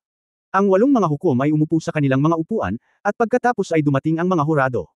Super luxurious ang lineup. Halos lahat ng matataas na uri ng tao sa Tianjin City ay naruroon, gayon din ang mga mayayaman at sikat na tao mula sa buong mundo. Kabilang sa kanila sina Hong Weigyu, Mutai, at Liu Yewei, gayon din ang mga tycoon ng enerhiya, mobile na komunikasyon, at maraming miyembro ng iba pang pamilya. Sa madaling salita, mayroong higit sa 40 tao sa hurado sa oras na ito, na sapat na upang masira ang president ng mga nakaraang kaso sa korte. Record. Nang ang lahat ay nasa kani-kanilang upuan, ang punong hukom sa mataas na entablado ay kinuha ang palumpon sa kanyang kamay at hinampas ang mesa, tahimik. Agad na tumahimik ang buong hall. Ang epekto ng kasong ito ay talagang mahusay, at ang hukom ay kailangang maging maingat. Di nagtagal, nagsimulang dinggin ang kaso, sa wakas ay Aidine Manden ang nagsasakdal ang nasasakdal na si Fengyan Shanjai para sa paglabag. Ngayon ang magkabilang panig ay iniimbitahan na magsalita. Susunod, inaanyayahan ko ang nagsasakdal. Hukom. Nagsasakdal sa linya ng tapusin, si Zhang Wenyang ay nakasuot ng maruruming damit. Sa sandaling marinig niya ang pagsisimula ng paglilitis, tumulo ang mga luha sa kanyang mukha na parang mga patak ng mata, ang hukom ay kailangang gumawa ng desisyon para sa kontrabida. Ang sinabi niya ay tulad ng mga taong nagrereklamo tungkol sa kawalan ng katarungan noong unang panahon. Parang, ang kontrabida ay orihinal na nasa West 4th Ring Road ng Tianjin, at nagatubili siyang naging isang maliit na supervisor. Sa wakas ay nakagawa ng kliyente ang Young Master. Dahil dito, ang mga kasuklam-suklam na taong ito ay masama ang loob at kinopya ang aming kliyente, na may malaking epekto sa amin. Malalim, husga. Sinabi ito ng lalaking ito na parang nagbabasa ng tula. Nang matapos siyang magsalita, biglang nagsalita sa mahinang boses ang audience sa ibaba. Siya si Manager Zhang mula sa terminal. Haha, ang taong ito ay tulad ng sinasabi ng alamat. Siya ay bilang isang pulubi. Yun lang ang itsura niya. Ang talino talaga ng lalaking ito. Para maabot niya ang kinalalagyan niya ngayon sa terminal, dapat niyang alalahanin ang mga magagandang nagawa niya. Well, hindi dapat hinuhusgahan ng mga tao sa kanilang hitsura. Ito lang ang tamang sabihin sa kanya. Pagkatapos magsalita ni Zhang Wenyang, nagsimulang sumagot ng malakas ang abogado ni Fengyan. Nagsisinungaling ka at nag-frame. Sumigaw ang abogadong Fengyan, hindi namin kinopya ang iyong mobile phone reading client. This is all a frame-up, Judge. Hindi mo lang masasabi na mayroon silang kliyente at mayroon din kami nito, at kinokopya namin ito. Maliit na bahagi lang ng aming kliyente ng Fengyan ang kapareho ng kanilang mobile client, ngunit ito ay isang normal na source code na banggaan para sa mga katulad na uri ng software, at hindi ito isang copycat. Nang sabihin ito ng dalawa, hindi alam ng audience sa ibaba kung ano ang susuportahan. Saang panig. Kung tutuusin, may sense naman ang sinabi nilang dalawa. Talagang normal para sa parehong uri ng software na magkaroon ng bahagi ng parehong source code. Actually, may sense ang sinabi niya. Maraming katulad na software. Talagang hindi masasabi na halos copycats ang mga function. Ito ay may katuturan. Tingnan natin kung ano ang sinasabi ng kabilang panig. Tahimik. Pinalo ng hukom ang martilyo, nagsasakdal, kayo ano ang paliwanag? Judge, mayroon akong kumpletong pagsusuri at paghahambing na dokumento dito. Sa oras na ito, sinabi ng abogado ng terminal, ito ang huling conclusion ng aming kumpanya pagkatapos ng maingat na paghahambing at pagkolekta ng ebidensya. Mangyaring hilingin sa hukom na tingnan ang conclusion. Kumuha siya ng file at ibinigay sa judge. Matapos tingnan ng 8 matataas na hukom ang dokumento, sabay silang tumango, at sinabi ng isa sa kanila, well, ang dokumento ay talagang malinaw na nakasulat at may marka. Maaari itong ipadala sa reviewer para sa pagsusuri. Matapos marinig ito, si Lawyer Fengian ay labis na nasasabik at sumigaw ng malakas, ikaw ay pinag-isipan, sinusubukan mong makipagsabuatan at magbago ng impormasyon. Umubo at ngumiti ang abogadong si Mingman, hindi nag-iingat si Tian Huihui, sinasabi mo ngayon na kami ito ay pinaghandaan, at kailangang ipakita ang ebidensya. Huwag kalimutan, upang maiwasan mong pansamantalang baguhin ang programa, partikular na na-download namin ang iyong kliyente, at kasama ito sa impormasyon. Kapag ang mga bagay ay umunlad hanggang sa puntong ito, si Fengian ay walang alinlangan na napaka-passive. Hanggat ang mga impormasyong ito ay totoo, ang kanilang mga mukha ay walang alinlangan na sa sample ng malakas. Oo naman, ang Fengian lawyer at ang kanyang team ay mukhang kasing pangit ng mga bitter gourds. Gayunpaman, walang inaasahan na kapag bumalik ang examiner, napakahina ng boses niya at bangulong, Judge, lumabas na ang resulta ng inspection. Marami talagang pagkakapareho ang source code ng dokumentong ito, pero sa puntong ito, dahan-daang umiling ang examiner, wala pang 60%.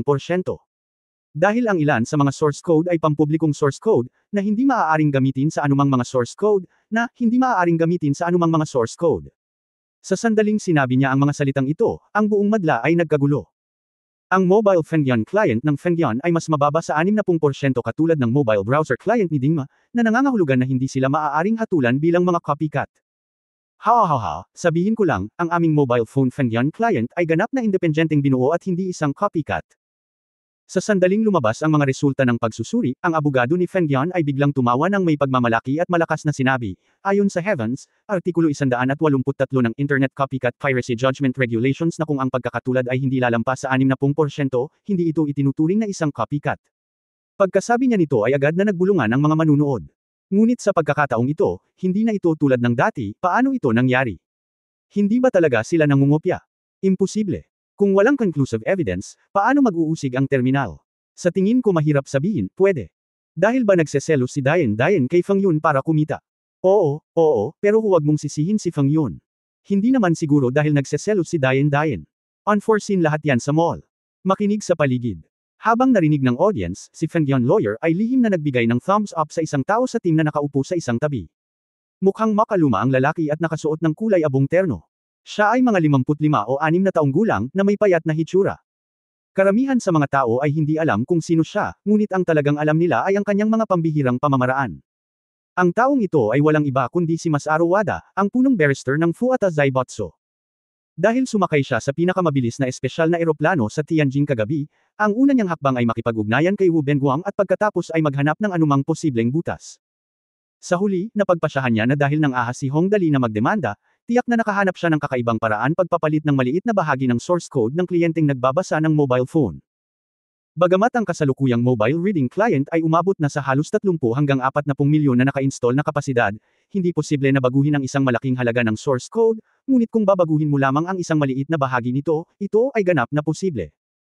Hindi mo na kailangan pang i-download muli, kailangan mo lang bahagyang baguhin ang isang maliit na bahagi ng source code para maging higit sa 60% katulad ng Fengian client. Kung tutuusin, nagparehistro muna si Dingmin ng patent, ngunit lumitaw ang kliyente nilang Fengian sa kalaunan. Lumilikha ito ng time lag, at magkakaroon ng preconceptions ang mga tao at hindi magdududa sa kliyente ni Dingmin. Tungkol naman sa sitwasyong ito, huli na talaga para i-verify nila ito, kaya gumamit ng ibang paraan si Wat Anaka panunuhol. Ito ay isang suhol. Simple, ngunit napaka-epektibo, hanggat ginagawa ito ng maingat. Sa katunayan, bilang punong abogado ng Fuchan Zaibatsu, alam na alam ni Wada na kamasa ang lugar na ito direktang namuhunan siya ng 10 milyon at binili ang buong pangkat ng pagsusuri, at ang kanyang kahilingan ay napakasimple, nang walang anumang manipulasyon, kailangan mo lang maghintay hanggang sa sesyon ng hukuman upang ituro na ang bahagi ng source code ay pampublikong source code at hindi maaaring gamitin bilang ebidensya. Ang hakbang ni Wada Jungjing ay napakadaling gamitin. Masasabing direktang tumama ito sa pangunahing punto ng dulong punto. Hanggat nagsisimula tayo sa punto kung saan sila ay pinakamadaling gumawa ng kaguluhan, lahat ng susunod ay natural na hindi magiging mahirap. Tamang-tama, pagkatapos marinig ang mga salitang ito ng taga-Yusig, ang hurado sa magkabilang panig at ang mahigit 20,000 manunood sa eksena ay nalito sa isang iglap. Ay! Ito ay isang frame-up sa dulo ng linya. O talagang copycat ba si Feng Yan? Ngunit anuman ang mangyari, kung walang mailalabas na ebidensya sa pagtatapos ng araw, ang paglilitis na ito ay maituturing na isang kabiguan, at malamang na ang kabilang partido ay kakagatin. Ang paglipat ni Wada Nakamasa ay naging sanhi ng pagbagsak ng finish line na nasa itaas na kamay sa ibaba. Kahit na mabaygo ang pag-uusig sa pagkakataong ito, iisipin ng internet na sumusunod si Feng Yan, ngunit pagkatapos ng lahat, ang epekto ay higit sa 10 beses na mas mahina kaysa sa kanilang direktang imitasyon. Ito ay magiging mahirap. Si Hong Wigyu, na nakaupo sa hurado, ay sumimangot ng malalim at sinabing, napapanik sila kanina, pero peke. Parang may malansa dito, malupit. Oo. Hinimas ni Mutay ang kanyang mga templo at sinabing, hindi ko inaasahan na ganoon kabila silang kumilos. Ngayon na ang tanging ebidensya ay hindi na epektibo, ano ang susunod na dapat nating gawin? Walang magawang umiling si Liu Yue, kahit na gawin natin. Alam kong maaaring pinakialaman ng review team, at walang ebidensya. Napakahirap. Ang lahat ng nasa hurado ay umiling at bumantong hininga, habang ang mga may akda sa ibaba ay napuno ng galit, kung hindi ito umabot sa 60%, hindi ito itinuturing na isang copycat. Paglabag. Iyon ba ay bilang na 59%? Kung iyon ay okay, kung gayon, dapat ko bang kopyahin ito mula sa iba, hanggat hindi ito lalampas sa 60% ng bilang ng salita, wala ba talagang magagawa iyon? Itinakda. Ngunit hindi ito maaaring maging masyadong naiiba. Ang killer move ni Hitonaka Masaro ay halos sa finish line. Ay collapse at bayaran ang presyo. Higit lang sa 10 milyon ang pondo, at maaari pa silang makagat sa finish line. Tahimik. Nang makitang malapit nang mawala sa kontrol ang eksena. Hinampas ng hukom ang mesa, mangyaring tumahimik. Sa tulong ng bailiff, tumagal ng higit sa 10 minuto para bumalik ang trial hall sa isang nakokontrol na sitwasyon. Natahimik ang audience na medyo nakakakilala kay Wen sa eksena. Gayunpaman, maraming mga tagapakinig ang hindi nakakaalam ng katotohanan at ang impluwensya ng Feng Yan Shuijian ay nagdaragdag ng gasolina sa apoy. Ngunit hindi ito maaaring ipagbawal kahit na ano. Alam kong magkakaroon ng maling akusasyon sa pagtatapos ng araw. Ang bagyo ay umuusbong sa mga araw na ito, at sila ay natatakot. Posible. Kung maling akusahan mo ang isang kasamahan, babagsak ang iyong reputasyon. Oo, mahirap talaga this time. Tapos, tingnan mo yung abogado sa dulo, pinagpapawisan na siya. Nakokonsensya ka. Ngayon ang sitwasyon ay biglang nabaligtad, at ang abogado sa Feng Yan ay nagmukhang isang matagumpay na general, tumatawa ng buong pagmamalaki, hukom, hindi ko alam kung saan ang wakas. Mayroon bang iba pang ebidensya? Ang hukom sa entablado ay nag-alinlangan pagkatapos marinig ang kanyang mga salita, at pagkatapos ay tumingin sa nasasakdal, mayroon bang iba pang ebidensya ang nagsasakdal? Nag-isip ng mabuti ang abogado sa terminal at dahan-daang umiling. Umiling siya at sinabi, hukom, humihingi kami ng isang adjournment. Hahaha. Adjournment. May maling akusasyon ka sa amin, at ngayon wala ka ng may lalabas na ebidensya. Gusto mo bang ipagpaliban ang paglilitis? Tumawa ang abogado ni Feng Yan at sinabing, okay. Judge, ipagpaliban muna natin ito. Titingnan natin kung paano nila planong i-frame up ito. Ngayong magkasundo ang magkabilang panig, agad na ibinaba ng hukom ang martilyo at sinabing, ipagpaliban ang hukuman. Sa lalong madaling panahon. Habang nahulog ang martilyo, sumabog ang buong eksena. Ang abogado mula sa terminal ay bumalik na pawis at walang magawa, napakahirap pang hawakan ngayon. Walang sapat na ebidensya ng source code. Bagamat maayos ang aming source code, sinabi ng review team na ang bahagi nito ay pampublikong source code at hindi maaaring gamitin bilang ebidensya. Ngayon na ang bottom line ay wala pang 60%, wala na tayong magagawa tungkol dito. Abogado, may problema ba sa review team? Pinag-isipan itong mabuti ni Hong Wigyu, pagkatapos ay sumimangot at sinabing, tinanong ko ang technical team. Oo, ang aming source code ay higit sa 64% na magkapareho sa kanila. Kahit na mayroong pampublikong source code, ito ay hindi hihigit sa 5%. Mahirap itong patunayan, umiling ang abogado. Sa ilalim ng normal na mga pangyayari, hindi magkakaroon ng napakaraming pampublikong source code. Ngunit ang problema ay ngayon alam natin na ang hukom ay hindi alam, at kung ito ay muling lilitisin, hindi magkakaroon ng sapat na oras sa pagmamadali, at ang taya ni Master Dali ay malapit nang matapos. Tumpak na nahuli ito ng kabilang partido sa puntong ito, napabuntong hininga si Motai, kahit na ito ay tawagin muli para sa muling pagsusuri. Kung ang source code ng isang software ay ganap na nasuri at ang pampublikong source code ay nasuri, malamang na hindi ito ilalabas sa loob ng 4 o 5 araw. Kahit sobrang daming sinabi ng review team, error lang sa trabaho, hindi naman malaking problema, pero talo na ang bet namin that time. Mahirap. Napabuntong hininga si Liu Yawei, si Sher Aishi at Ma, itong matandang fox, ay natalo. Nasuhulan na natin ang review team. Kailangan lang nating dagdagan ang proporsyon ng pampublikong source code ng 1 o 2% puntos. Napakabilis. Oo, ngunit ang problema ay wala kaming ebidensya. Malungkot na sinabi ni Hong Wigyo, kalimutan mo na ito. Sobra. Ang pinakamalaking tanong ngayon ay, ano ang susunod nating gagawin? Ang abogado ay nag-isip sandali at sa wakas ay sinabi, kung wala talagang ibang paraan, maaari lamang kaming humingi ng muling paglilitis. Dahan-dahan lang, at walang ibang paraan. Iyon lang. Mr. Hachon, sige na. Lihim na tinanong ng abogado ang punong abogado ni Kazuda Zaibotso, dapat ba natin silang aidmande para sa mga maling akusasyon? Tumango ng bahagya si Wada Zhongxing, pagkatapos ay ipinikit ang kanyang mga mata para magpahinga. Parehong may sariling plano sina Dingmin at Feng Yan, at kumalat na ang balita sa buong internet. Ang pinakahuling balita ay humiling si Zhejiang ng isang adjournment ng paglilitis dahil sa hindi sapat na ebidensya. Ang kinalabasan ng pinakamalaking kaso ng paglabag na ito sa kasaysayan ay hindi mahuhulaan. Balita ni isang nakakagulat na pagbabalik-tanaw. Ang Feng Yan client ng mobile phone ni Feng Yan ay hindi lumalabag, ngunit halos kapareho, at nahaharap sa panganib na ma-countershot. Balita sa Xinhai. Nababahala ang mga inaasam-asam. Ang sitwasyon sa dulo ay hindi tiyak sa oras na ito. Sol ang news. Sa mga pangunahing pangkat ng may akda. Hindi ko inaasahan na walang sapat na ebidensya sa dulo. Sa pagkakataong ito ay magiging mahirap. Oo, nako, mahirap talaga. Ang pinakamahalagang bagay sa pagdemanda para sa paglabag ay ebidensya, wala nang iba. Mahalagang ebidensya, malamang na wala. F***sec, 59% similarity is not considered infringement. Kabilang sa mga dakilang Diyos sa katapusan ng mundo. Yulong Zhangchenkon, mahirap. Masyadong mapanloko ang kabilang partido. Hindi ko alam kung saan ako kukuha ng daye. Kung matalo ka sa kaso sa pagkakataong ito, nasa panganib ang Young Master. Bao siya, bulag ba ang mga hukom sa ganoong malinaw na sitwasyon? Kung walang malinaw na ebidensya, sino ang mag-uusig? Siguradong nasuhulan ang koponan. Damn it. Sinabi ni Yulong Zhangchenkon, walang silbi na malaman. Ang korte ay tungkol sa ebidensya. Kung walang ebidensya na magpapatunay na may mali sa review team, mahahanap lang natin ang iba pang mga paglabag. Ebidensya. Bao siya, paano ito mahahanap? Huli na ba para mangolekta ng iba pang ebidensya? Yulong Zhangchenkon, kaya sakupin ng kabilang partido ang oras na ito upang pigilan ito. Alinsunod sa pangkalahatang sitwasyon, magsasampa ako ng maling akusasyon laban sa Young Master, at lalabanan ang demanda ng pabalik-balik. Kapag lumabas ang resulta ng huling pagsubok, ang mga pipino ay lalamig na. Bao siya, oo, nakakatakot, sampain.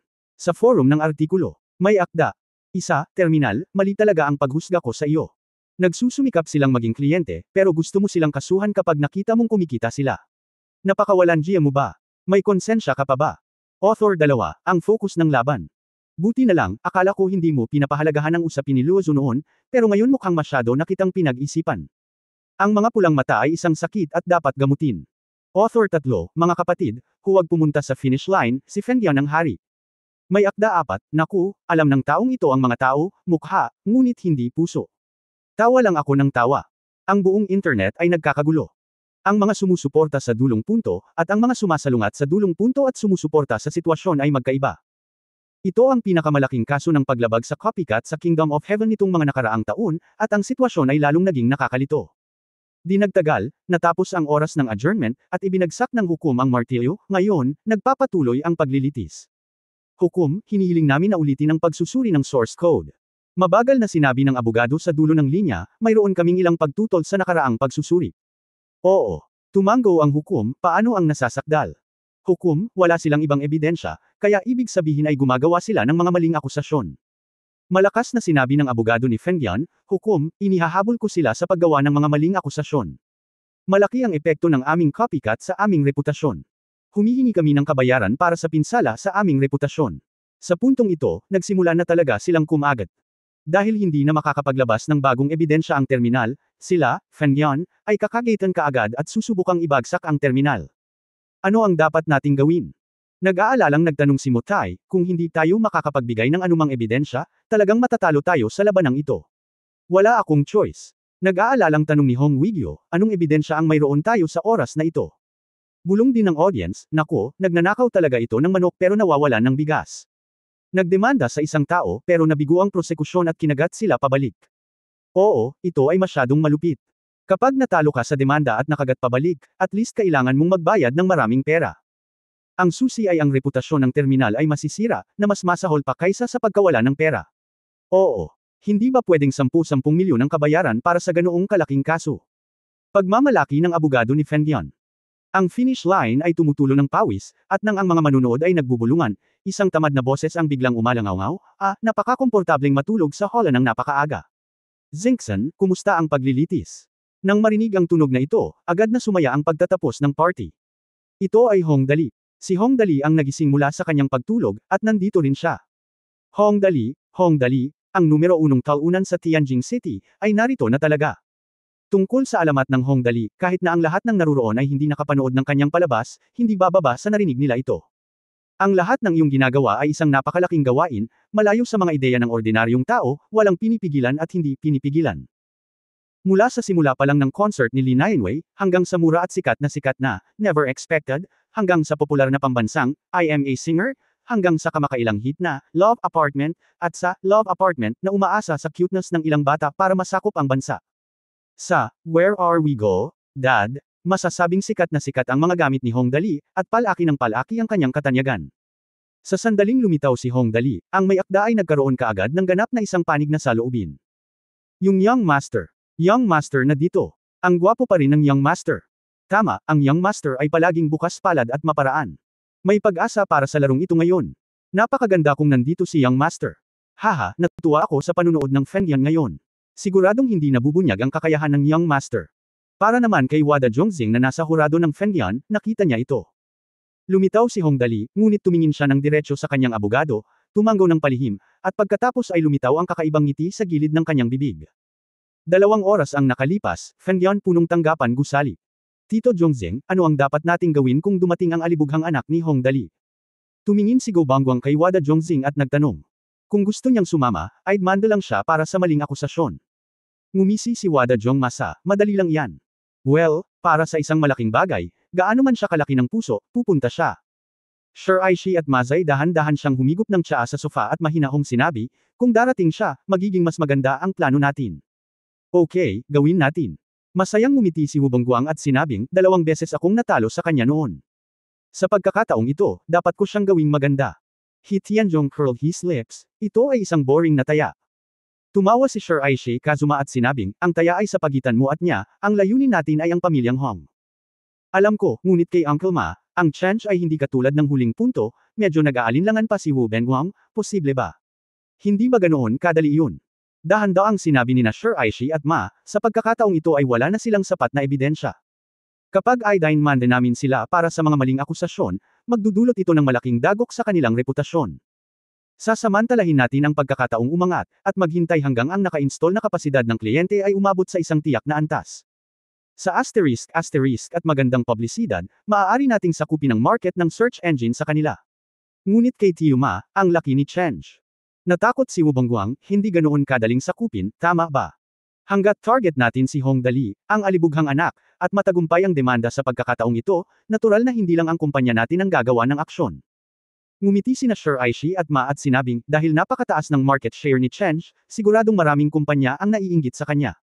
Hindi maiiwasan ang mga salungatan sa internet, paano mo malalaman na hindi sila kakasuhan ng ibang kumpanya para sa paglabag? Totoo yan. Naging mas maliwanag ang mga mata ni Wu Bangguang, pagdating ng panahon, liliit ang negosyo ni Chen Ge. Well, pumikit si Sure Aishi Kazuma at mahinahong sinabi, ngayon ay hihintayin na lang natin ang balita mula doon. Tandaan, bagay lang na bata ang pagtaya. Ang target natin ngayon ay si Change. Okay. Sinabi ni Wu Bangguang na may pagmamalaki ng ngiti, hayaan silang makita ang kapangyarihan ng ating Feng Tian Group. Tumanggo si Wada Zhongxing at sinabing, sa pagkakataong ito ang pangunahing target natin ay si Hong Dali ng pamilya Hong, hindi tayo natatakot sa kanya. Halika, natatakot akong hindi siya darating. Hanggat dumating siya, magiging madali ang lahat. Well, God bless him, darating talaga siya. Same time na nanalangin si Wu Bangguang, Hong Dali, pagdating ng panahon, ngunit dapat kang magpakita, ha. Sa korte, nang makita ng abogado ni Feng Yan si Hong Dali, mukhang nabigla siya sa una, at pagkatapos ay tuwang-tuwa. Itinuro niya si Hong Dali at sumigaw ng malakas, hukom. Inihahabol ko si Hong Dali para sa paninirang puri. Ang wakas ay pag-aari niya. Ngayon ay maling inaakusahan nila ang ating copycat. Dinanas nila ang mga kahihinatnan. Sulsol ni Hong Dali. Dinala ko si Feng Yan para humingi ng prosecution. Ito ay isang biglaang pagbabago. Sa paglitaw ni Hong Dali, ang mga posisyon ng nagsasakdal at ang nasasakdal ay agad na nagbago.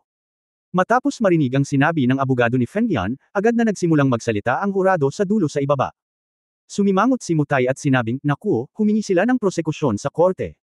Ngayon, manalo man tayo o matalo, masasabi nating nakumpirma na ang frame-up. Impression.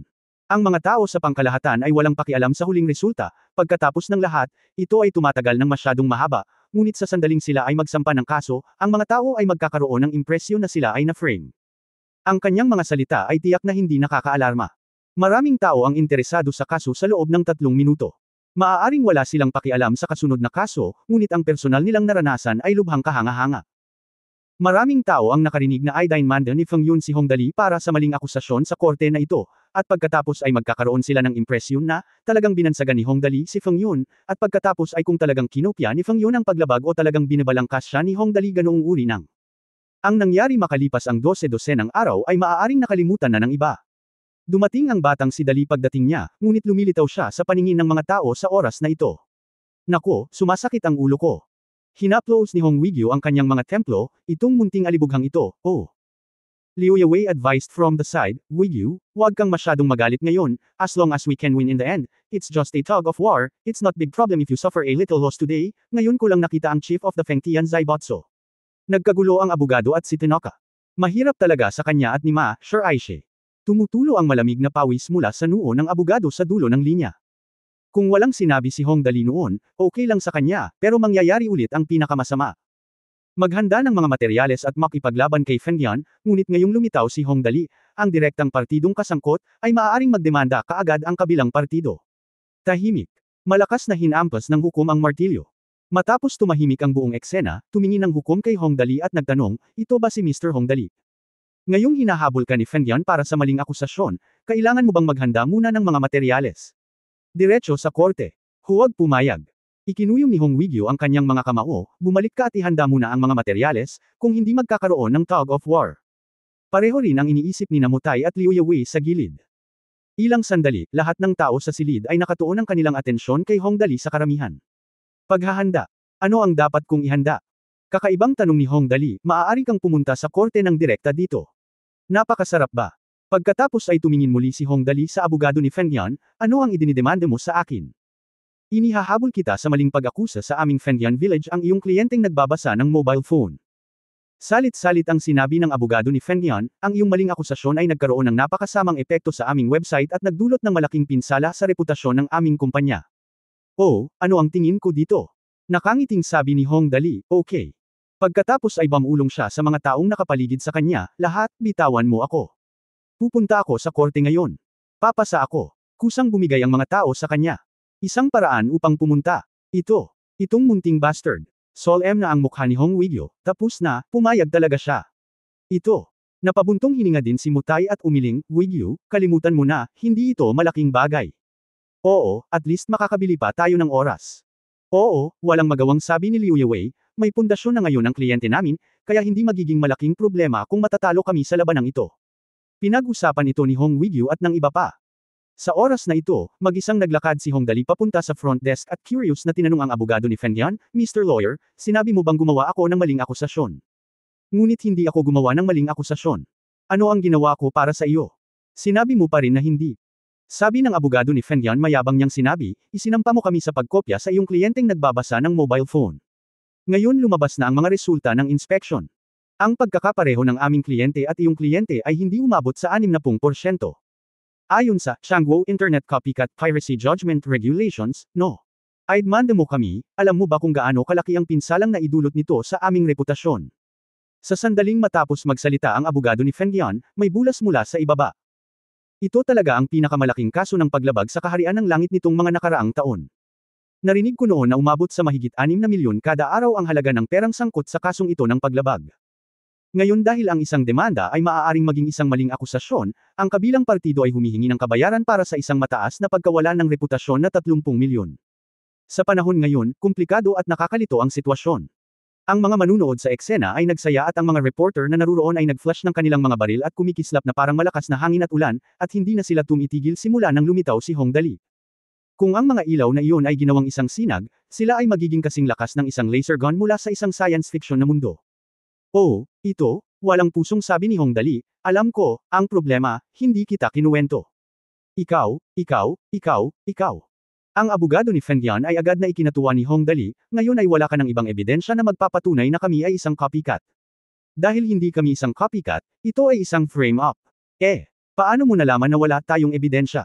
Nanlaki ang mga mata ni Hong Dali, mayroon akong ebidensya. Iyon lang. Ngunit hindi ko ito inilabas. Sa sandaling sinabi ni Hong Dali ang mga salitang ito ay isang pagbabago sa siglong ito, at lahat ay nag-alinlangan sa kanilang mga tainga. Nabuo ang mga bagay hanggang sa puntong ito, at ang pinakamagandang resulta ay muling suriin ang mga source code ng parehong partido. Anong ebidensya ang taglay ni Hong Dali? Matapos marinig ang mga salita ni Hong Dali, ang lahat sa madla ay natigilan saglit. May ebidensya ka. Ang abogado ni Feng Yan ay natigilan sa una, at pagkatapos ay humagalpak ng tawa, sinabi mo talagang may ebidensya ka pa. Anong ebidensya ang mayroon ka? Nasuri ang source code ng kliyente. Ang pagkakatulad ay 58.4% lamang. Nandyan ang ulat. Ano pang ebidensya ang mayroon ka? Maghintay hanggang hanapin ko ito. Nagsimulang halukayin ni Hong Dali ang kanyang mga bulsa ng mahabang panahon. Walang lumabas, at mas masayang tumawa ang abogado ni Feng Yan. Natigilan din ang audience sa eksena. Ano ang ginagawa nitong si Hong Dali, itong sobrang alibughang anak ng Tianjin City? Wigyu, may iba pa bang ebidensya para kay Dali? Pawis na pawis si Mutay habang nakatingin dito. Ano ang ginagawa ni Hong Dali? Kakaibang sinabi rin ni Liu Yawei, siya si Wigyu, hindi siya pupunta rito para galitin ka, di ba? Huwag mo akong tanungin, hindi ko alam. Walang magawang bumantong hininga si Hong Wigyu, hayaan mo siyang gawin ang lahat ng gusto niya pero pakiramdam ko ay hindi dapat maging pabaya ang batang ito. Hukuman ito, at ang pagsisinungaling sa korte ay magkakaroon ng malubhang kahihinatnan. Ngunit curious ako kung saan manggagaling ang kanyang ebidensya. Habang nag-uusap ang lahat, kakaibang tanong ni Hong Dali, nakalimutan ko bang dalhin ito? Biglang nabaliw ang lahat sa audience. Master Dali, court ito, ano ang nakalimutan mo? Hindi, tama. Tumawa ang abogadong si Feng Yan at sinabing, dahil wala, kung gayon ay. Gayunpaman, hindi siya pinansin ni Hong Dali at itinuro lang ang isang teenager kung saan siya nakaupo sa venue. Sumigaw ang bata, dinala mo ba ang mga laruan? Naalala ko na nagpalit ako ng damit ngayon at nakalimutan kong kumuha ng mga bagay. Hong Wigyu, Diyos, hindi kita dinala para takutin ang mga taong tulad nito. Ano ito? Dalhin mo. Nakangiting sumang-ayon si Xiao Momo, at pagkatapos, isang napakaliit na bagay na kasing laki ng takip ng bote ang lumipad mula sa karamihan. Ano ito? Natigilan ang lahat nang makita ang maliit na bagay na ito, dahil ang maliit na puting bagay na ito ay parang isang maliit na flying saucer. Ano ito? Natigilan ang abogado ni Feng Yan nang makita ang maliit na gadget na tuluyang dumapo sa kamay ni Hong Dali. Pagkatapos ay nagtanong siya ng kakaiba, isang remote control na laruan para sa mga bata. Tapos halatang hindi siya masaya. Master Hong Dali, ito ay isang korte. Kami ay nagsasagawa ng isang seryosong pag-uusig. Bakit mo ginagawa ito? Wala akong oras upang makipaglaro sa iyo ng mga laruan. Alam ko. Si Hong Dali ay tumingin sa kanya ng blanko, ito ang katibayan na sinasabi ko. Ito, ebidensya ba? Nagtataka ang abogado ni Feng Yan, anong uri ng ebidensya ito? Anong uri ng ebidensya ang maaaring maging isang maliit na bagay? Ihambing ang source code sa loob. Pero hindi dapat. Ito ay malinaw na isang maliit na remote-controlled na sasakyang panghimpapawid. Mukhang napakamahal. Anyway, mukhang sinasamantala nito ang status ni Hong Dali bilang isang alibughang anak. Ang bagay na ito ay dapat na medyo mahal. Ang tanong ay kung ito ay mahal at kung ito ay hindi ito ebidensya, hindi kasya. Pagkatapos magsalita ng abogado ni Feng Yan, lahat ng naruroon ay naging interesado, ito ba ang ebidensya? Mukhang hindi naman. Ano kayang gamit nitong bagay? Iba siyang Master Dali, kahit ang paglalaro ng laruan ay napakarangya. Nagsimula ring magsalita ang may akda ng dulong punto, ano ang bagay na ito na naimbento ni Master Dali? Ang gadget na ito ay mukhang mas malaki ng kaunti kaysa sa takip ng bote. Ano ang magagamit nito? Hindi ko alam, pero Dali. Laging sinasabi ng young master na ang dakilang kapangyarihan ay maaaring gumawa ng mga himala, ito ay tiyak na isang napakalakas na bagay. Oo. Sa panig ng hurado, tiningnan ni Liu Yawei ang maliit na bagay at sinabing kakaiba, Wei Guo, ang lakas mo talaga. Ano ito? Umiling si Hong Wigyu, hindi ko alam, ang munting bastard na ito ay hindi nagsasabi sa akin kapag siya ay nagkukulitan. Kasama. Bagay, ngunit nakikipaglaro sa kanya si Hatsune kamakailan, at hindi ko alam kung para saan ang bagay na ito. Pinag-uusapan ito ng lahat, ngunit kinakalikot lang ni Hongdali ang kanyang sarili. Ito ay isang maliit na camera device na ginawa namin ni Hatsune. Nainas ako kahapon, kaya kinukulit ko si Momo. Inilapag ni Hongdali ang monitoring device sa mesa at inilabas ang kanyang mobile phone, ito ay isang magandang bagay. Kamakailan lang ay sinaliksik ko ito at mayroon itong epektibong hanay ng kontrol na 20 kilometro. Naku, tumingin-tingin lang ako sa paligid at may nakita ako. Sa oras na ito, ang atensyon ng lahat ay naaakit sa kanya. Lumapit ako para tingnan kung ano ang pinagkukulitan niya. Hindi nagtagal, nalaman ito ng lahat ng naruroon. Matapos ilagay ni Hongdali ang kanyang telepono sa mesa, pinindot niya ang isang opsyon sa screen, at biglang may mahinang ilaw na lumabas mula sa likuran ng telepono. Isang tingin lang ang ginawa ng abogado ni Fengyan, at naging berde ang mukha niya. Ang puting liwanag na iyon ay talagang nag-project ng isang computer keyboard sa mesa. Ito ang pinakabagong imbensyon ng Miku at I. Tinatawag ko itong X2 na modelo ng Tuhao Gold Luxury Projection Phone. Maaari nitong i-project ang keyboard sa desktop, paliwanag ni Hongdali sa abogado habang nagtatrabaho, hindi ba't kamangha-mangha? Grabe, kamangha-manghang. Ang abogado ni Fengyan ay natigilan saglit. Hindi pa siya nakakita ng ganoong high-tech na gadget.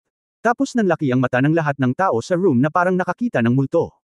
Dahil sa katawan ng mobile phone na ito, bilang karagdagan sa naka-project na keyboard, isa pang ilaw ang aktwal na nag-iilaw, at ang liwanag na iyon ay aktwal na nagpapalabas ng isang screen ng 3-dimensional sa hangin. Oo, isang 3D projection screen tulad ng Iron Man. Bukod dito, ang screen ay napakalaki, halos 1 metro kwadrado, na nagbibigay daan sa lahat ng naruroon na makita ito ng malinaw. Sa sandaling lumabas ang screen na ito, lahat ng audience ay agad na natakot, Diyos ko, ito. Hindi ba ako nasilaw? Isang 3-dimensional na projection screen. Ito. Hindi ba ito ay isang bagay na matatagpuan lamang sa mga pelikulang science fiction? Hindi kaya. Ito ba ang eksena ng isang science fiction na pelikula? Na-develop na ba ang teknolohiya ni Master Dali sa loob ng mga dekada? Natigilan din si Mutai. Pinisil niya ang puwita ni Hong Wigyu at Bang Ulong, Wigyu, iba ba ang makapangyarihang teknolohiya ng pamilya mo sa atin? Si Hong Wigyu ay tumingin din sa hindi makapaniwala at nalilito. Tumanggaw siya at sinabing, ito, parang, medyo malaki. Wigyu, kinurot ni Liu Yewei ang kanyang mukha sa tagiliran, ilang sikreto ang mayroon ang pamilya mo para kay Dali. Sabihin mo sa akin ng totoo. Alam mo ba, ito lang. Kung ang mobile phone ay kayang gawa ng enerhiya, magkano ang magagastos? Actually, hindi nila alam. Ang mayaman na gintong mobile phone ng Hongdali ay isang perpektong decomposed na mobile phone, kaya mayroon itong pangalawang pagkakataon ng pagbabago. At hindi banggitin, ang dalawang projection sa mobile phone na ito lamang ay ang dalawang angkop na nabulok ni Hongdali pagkatapos mabulok ang 12 ng holographic projection device. Ang karagdagang function ng dalawang holographic projection na ito ay projection maaari itong patakbuhin ng nakapag-iisa at hindi apektado ng liwanag. Alam mo, ang pangkalahatang projection ay gumagana lamang kapag ang nakapaligid na liwanag ay sapat na madilim. Kung hindi, hindi ka makakakita ng malinaw. Ngunit ang Hongdali ay ganap na hindi apektado ng nakapalibot na kapaligiran, kaya maaari itong maging praktikal. Ang mobile phone na ito lamang ay isang tapos na produkto na na-disassemble at muling pinagsama ng hindi mabilang na beses. Kaya naman binigyan ito ni Hongdali ng magarbong pangalan, Golden Luxury Projector Mobile Phone X2 Modified, na bagay para sa isang sobrang alibughang tulad niya. Pagkakakilanlan. Hindi kalabisan na sabihin na ang halaga ng mobile phone na ito lamang ay hindi bababa sa 2 milyon. Ang bagay na ito ay talagang hindi isang bagay na kayang bayaran ng mga ordinaryong tao. Sa oras na ito, muling nagsalita si Hongdali, nilero ko ito kahapon noong nagtatrabaho ako, natuklasan ko ang isang bagay na lubhang kawili-wili. Hayaang ipakita ko ito sa lahat. Nagsimula siyang magtrabaho sa keyboard ng kanyang mobile phone, at hindi nagtagal, nagsimulang mag-play sa screen ang isang video recording na may audio sa loob. Ay nasa harap ng isang gusali. Ang partikular na imahe ng gusali ay hindi malinaw na nakikita dahil sa malapit na distansya. Gayunpaman, sa paghusga mula sa paligid at ilang mga kapansin-pansing tampok, ito ay ang Fengyan Headquarters Building. Oo nga, isang taong nakakakilala sa ibaba ay sumigaw ng malakas, ito ang Fengyan Headquarters Building, nakita ko na ang lugar na ito dati. Oo, tama, dito lang. Ngumiti si Hongdali at nagsabi, nalaman ko lang ang lugar na ito nang hindi sinasadya. Maya-maya, may lumabas na picture sa screen. Isang lalaking katamtaman ng taas na pawis at nagulat sa isang binata. Ang aming mobile phone na Fengyan client ay Idine Manden ni Dingmin. Idine Manden nila kami sa pagkopya. Ngayon maraming mga libro ang tumigil sa pag-update, at nilinaw ng may akda na hihintayin niya ang mga resulta na lumabas. Mag-a-update mamaya. Kung ang demanda na ito ay nawala. Nang makita ang eksenang ito, ang abogado ni Feng Yun ay agad na pinagpawisan at nababad sa balat. Sure enough, Ang binata sa loob ay malakas na nagmura, baga, takot na takot ka. Noong una nating binuo ito, ang source code ay kinopya ng hindi hihigit sa 51-52% na malayo sa 60%. Hindi ko ba alam ang tungkol sa kanyang copyright protection? Seeing how anxious you are, how can you achieve such big thing? Mahinang umupo ang abogado ni Fengyan. Bakal na patunay, ito ay bakal na patunay. Sa oras na ito, alam na ng lahat ng naruroon kung ano ang eksena, ngunit patuloy pa rin ang eksena. Napabuntong hininga ang lahat sa audience at hindi nang ahas na gumawa ng anumang ingay, kung hindi, ito ay maituturing na nakakagambala sa korte, na magiging lubhang mahirap. Sa oras na ito, ang nasa katanghaliang gulang na lalaki sa larawan ay nagtanong, okay, naiintindihan ko. Kaya, young master, paano ko ito aayusin? Sinabi ng binata, hire the best lawyer team. Paano natin mapalampas ang magandang pagkakataon? Gamitin na lang ang pagkakataong ito para kagatin sila at kasuhan sila ng paninirang puri. Sa lalong madaling panahon, lumabas ang eksenang ito, lumuhad ang abogado ni Fengyan. Akala pa lang ng lahat ng tao sa kwarto ay sapat na ito, ang sumunod na nangyari mas nakakakilig pa. Lahat ng nasa audience ay nagpipigil ng hininga, hindi man lang naglakas loob na huminga. Sa oras na ito, nakita ko ang binata na nagtanong sa isang matandang lalaki na nakaupo sa sofa, Tito Ma, wala bang problema sa aking pag-aayos sa oras na ito? Dapat ba tayong gumawa ng iba? Mabagal na sinabi ng matanda, pagsamasamahin mo kami. Inimbitahan ko ang pinakamahusay na abogado sa imperyo upang ganap na lipulin si Hong Dali sa pagkakataong ito. Nang matapos ang lahat ng ito, unti-unting nag-zoom out ang larawan sa video, at halatang aalis na ang surveillance device. Hindi nagtagal, pinatay ni Hong Dali ang screen at nakangiting nagtanong, ito ay dapat ituring na ebidensya, tama ba? Kung hindi ito sapat, mayroon pa akong. Tama na, ang abogado ni Fengyan ay ganap na naparalisa, ngunit ang mga manunood ay sumuko, Master Dali, mangyaring ilabas muna ang lahat ng ebidensya, at pagkatapos ay maaari nating ayusin ang score sa kanya ng magkasama. Tapos na. Sinabi ni Hong Dali na may hindi nakakapinsalang hitsura sa kanyang mukha, pagkatapos ay i-play ko ang ilang higit pang mga talata. Aniya at napalitan ng gabi ang eksena. Ito ay isang maliit na eksena ng ilang mga kabahayan. Sa bawat bahay, may 2 taong nakaupo at nag-uusap tungkol sa mga bagay-bagay. Hindi malinaw na marinig ang kanilang pinag-uusapan dahil sa layo, ngunit sa oras na ito ay naunawaan na ng 8 miyembro ng trial team, ito ang review team. Ito ang software source code review team. Ito ay tumatanggap ako ng suhol. Sapat na bang ebidensya iyan sa pagkakataong ito? Pinatay ni Hong Dali ang projector ng nakangiti, at pagkatapos ay tumingin sa oras, damn it, mamamatay na ako. Sinimulan niyang sumigaw, Zinkson, asong babae ka. Lahat. Dumating na ang oras, bilisan mo, huli na. Oras na. Si Tang Moxon, na nakaupo sa karamihan, ay tumayo sa gulat, bilisan mo, huli na. Walang pakialam sa ibang tao na naruroon, nagmamadali siyang tumayo sa kanyang kinauupuan at tumakbo palabas. Gustong lumabas ni Hong Dali, sino ang nang-ahas na pigilan siya. Maya-maya, nawala na ang buong grupo. Pagkatapos nilang lahat ay lumabas, ang buong court hearing hall ay sumabog sa isang iglap. Kung ang nauna ay itinuturing na isang marahas na bagyo, kung gayon sa pagkakataong ito ay ganap na nakakasira ng lupa. Agad na natuwa ang mga manunood, Diyos ko, akala ko noong una ay copycat lang si Fengyan, pero hindi ko inaasahan na direktang kinopya nila ito. Oo, 51-52% pa rin ang kinopya nila, higit pa ito sa isang copycat. Copycat, isa lang itong walang hiyang kopya. Kung babaguhin mo ang isang bagay, sabihin lang na ito ay independenteng binuo nila. Damn it, natuto din ako ng programming. Kung gumagana ito, kakopyahin ko lang ang isang piraso ng code at babaguhin ito. Sabihin mo na lang na binuo ko ito ng independent, hindi ba okay? Tama, kung ayos lang, wala namang silbi na i-develop ito ng independent. Hihintayin ko na lang na mag-develop ang ibang tao ng mga bagong bagay tapos kopyahin na lang ng malalaking kumpanya. Ayos ang mga audience na ito. Kung tutusin, wala silang malalim na nararamdaman tungkol sa boss sa likod ng sitwasyon na Japanese. Ang iniisip nila ay napakasama ng usaping ito. Kung ito ay posible, sino ang magbabago sa hinaharap? Hintayin mo na lang ang kopya. Pero pagdating sa literary world, this time, baliktad ang lahat. Dahil lang sa snow incident. Ang may akda ng mga sumusunod na artikulo, holy crap. Bakit nila ibinenta ang copyright ng Luozo? Lumalabas na ang mga Hapones ang kanilang backend. Ito ay ganap na hindi matitiis. Hindi nila tayo tinuturing na tao sa lahat. Oo, ano ang nangyayari ng akala ko ay ang young master ang gustong gamitin ang bagay na ito para pasiglahin ang sitwasyon. Ngayon ay tila ito ay dahil sa ayaw nilang pakalmayan ang mga taong Luozuja, at sa huli ay ang young master na si Hong Dali ang nagkusa. Hindi ko kinaya ang pamamanhid na ito. Ilabas natin ito kaagad. Okay, pumunta ka na agad. Ang mga pangunahing pangkat ng may akda sa internet. Ang mga taong nakatayo sa likod ni Fengyan ay ang mga Hapones, hindi nila tayo tinuturing na tao. Ibinenta nila ang katawan ni Luozo para sa pera bago pa man malamig. Ang pamilyang Luozo ang nanloko sa Young Master ng 1,000,000 at sa wakas ay umaliw sa kanya. Kasinungalingan ba talaga ito? Ito ay hindi mabata. Mga kapatid, tayo'y lumaban. Ang kanilang maruming pera, pupunta rin ako. Sa loob ng ilang panahon, hindi mabilang na mga gawa ang nagbukas ng hindi mabilang na mga kabanata, at ang lahat ng mga spearhead ay nakatutok sa mga Japanese sa likod ng mga eksena. Pamagat, same time na ipahayag, ang aklat na ito ay isang baiting. Nilalaman, minamahal na mga mambabasa, orihinal na ipinangako ko na maliban kung mayroong iba't ibang mga kadahilanan ng force majeure, ang aklat na ito ay hindi kailanman may censor.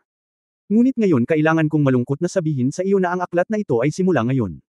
Nagtataka siguro ang lahat kung bakit biglang dumating ang eunuch. Speaking of this, masasabing naloko ako ng mantika. Mataas ang presyong inaalok dito noong una, kaya tumalon ako dito. Pero ngayon alam ko na, may mga Japanese talaga na nakatayo sa likod nila. Kung wala noon, maraming joint venture, at ang Chanyu Joint Ventures ay maituturing na normal, ngunit ang Japanese guy sa likod ng website na ito ay talagang nagbebenta ng copyright ng Luozo.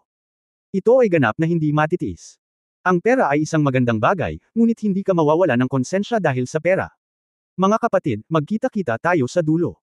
Pamagat, ang mga aso ay orihinal na tinatawag na tao at hindi tayo tinatrato bilang tao. Mga kapatid, fair na.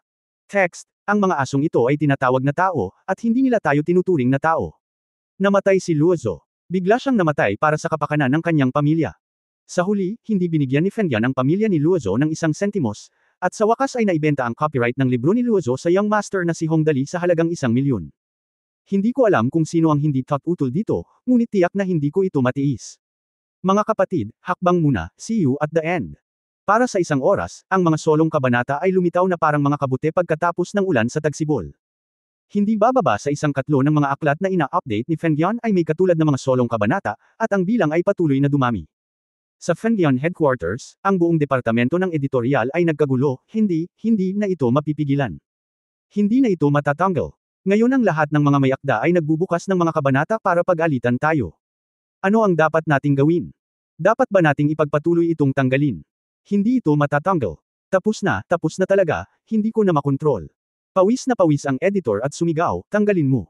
Mas maraming readers ang nakakaalam. Tanggalin ito ng mabilis, kung hindi, huli na. Kung alam ng Young Master. Sa grupo ng mga pangunahing manunulat sa Fengyan. Author isa, mga kapatid, pasensya na talaga. Nagmamadali ang pamilya ko sa pera, pero at least may konsensya pa rin ako. Hindi nila tayo tinatrato bilang tao. Hindi ko kakayanin. Sa mga susunod na panahon, mga kapatid kung pupunta tayo sa finish line, magkapatid pa rin tayo. Unahin mo. Ang may akda ay umalis sa Fengyan Writers Group. Author 2, naglakad ako ng napakabilis nang hindi nagsasabi na hintayin mo ako. Mga kapatid, okay lang na magtrabaho para sa kanila upang kumita ng pera, ngunit hindi ako papayag na maging patutot. Namatay si Luozo, at ang mga gangster na ito ay hindi nag-comfort sa pamilya. Ginamit ko rin ang copyright para i-blackmail ang Young Master sa halagang 1,000,000, hindi ko kakayanin. Ang author 2 ay umalis sa Fengyan Author Group.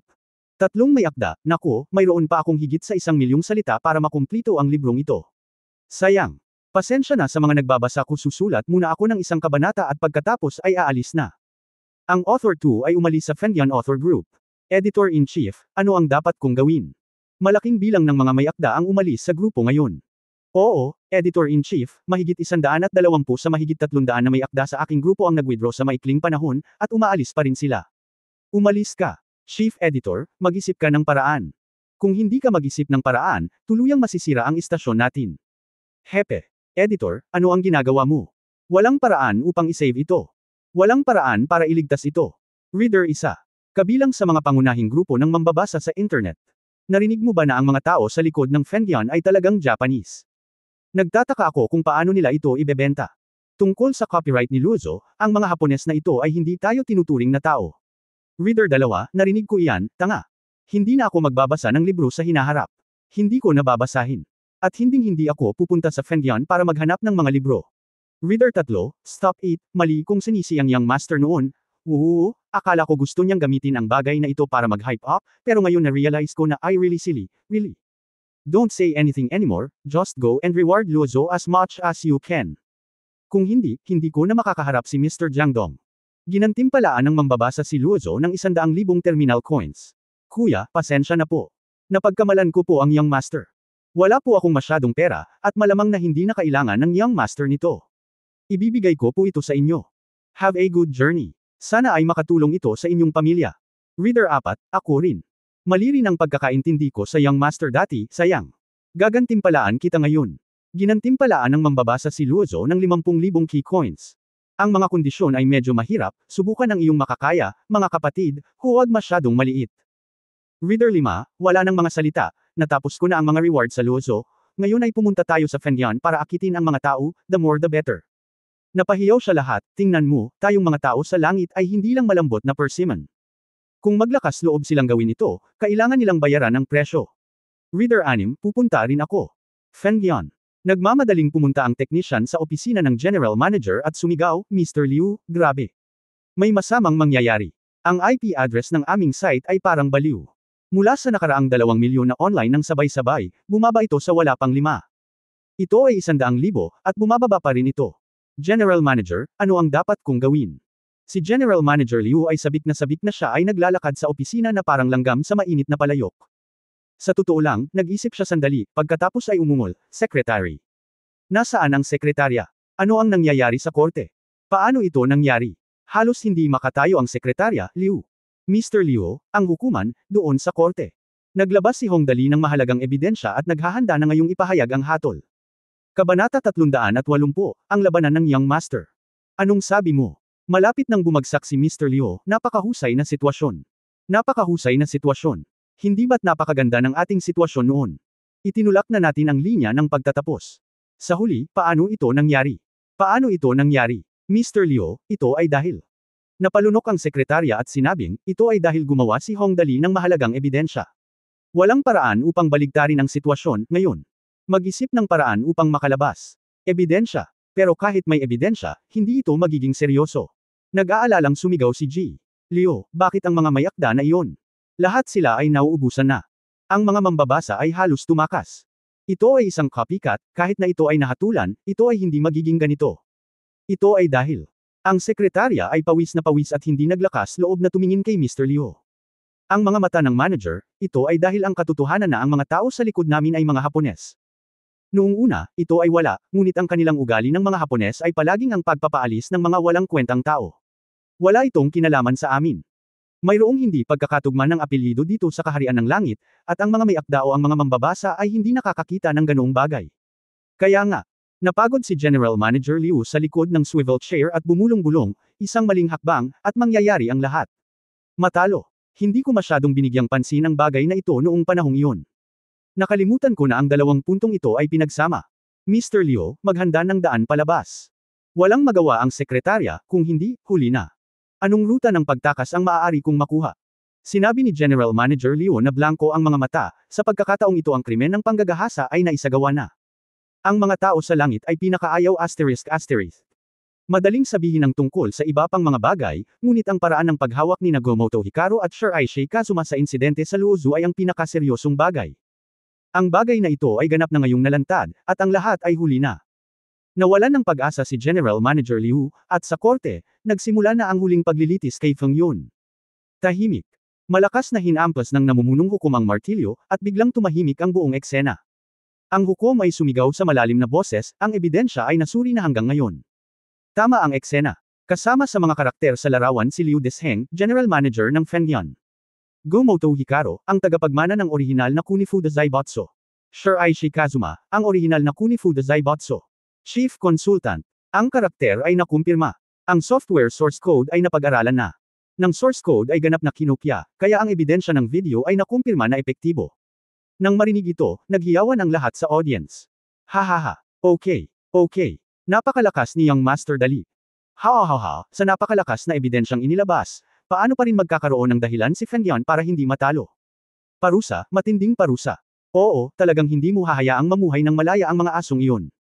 Kung maglakas loob kang direktang kopyahin ang code, mamamatay ka. Tahimik. Ang hukom ay kumatok muli sa mesa, at pagkatapos ay sinabing dahan-dahan pagkatapos na muling tumahimik ang mga manunood, dahil ang ebidensya ay kapanipaniwala, ito ay tapos na. Ang huling paghatol ay maaaring gawin.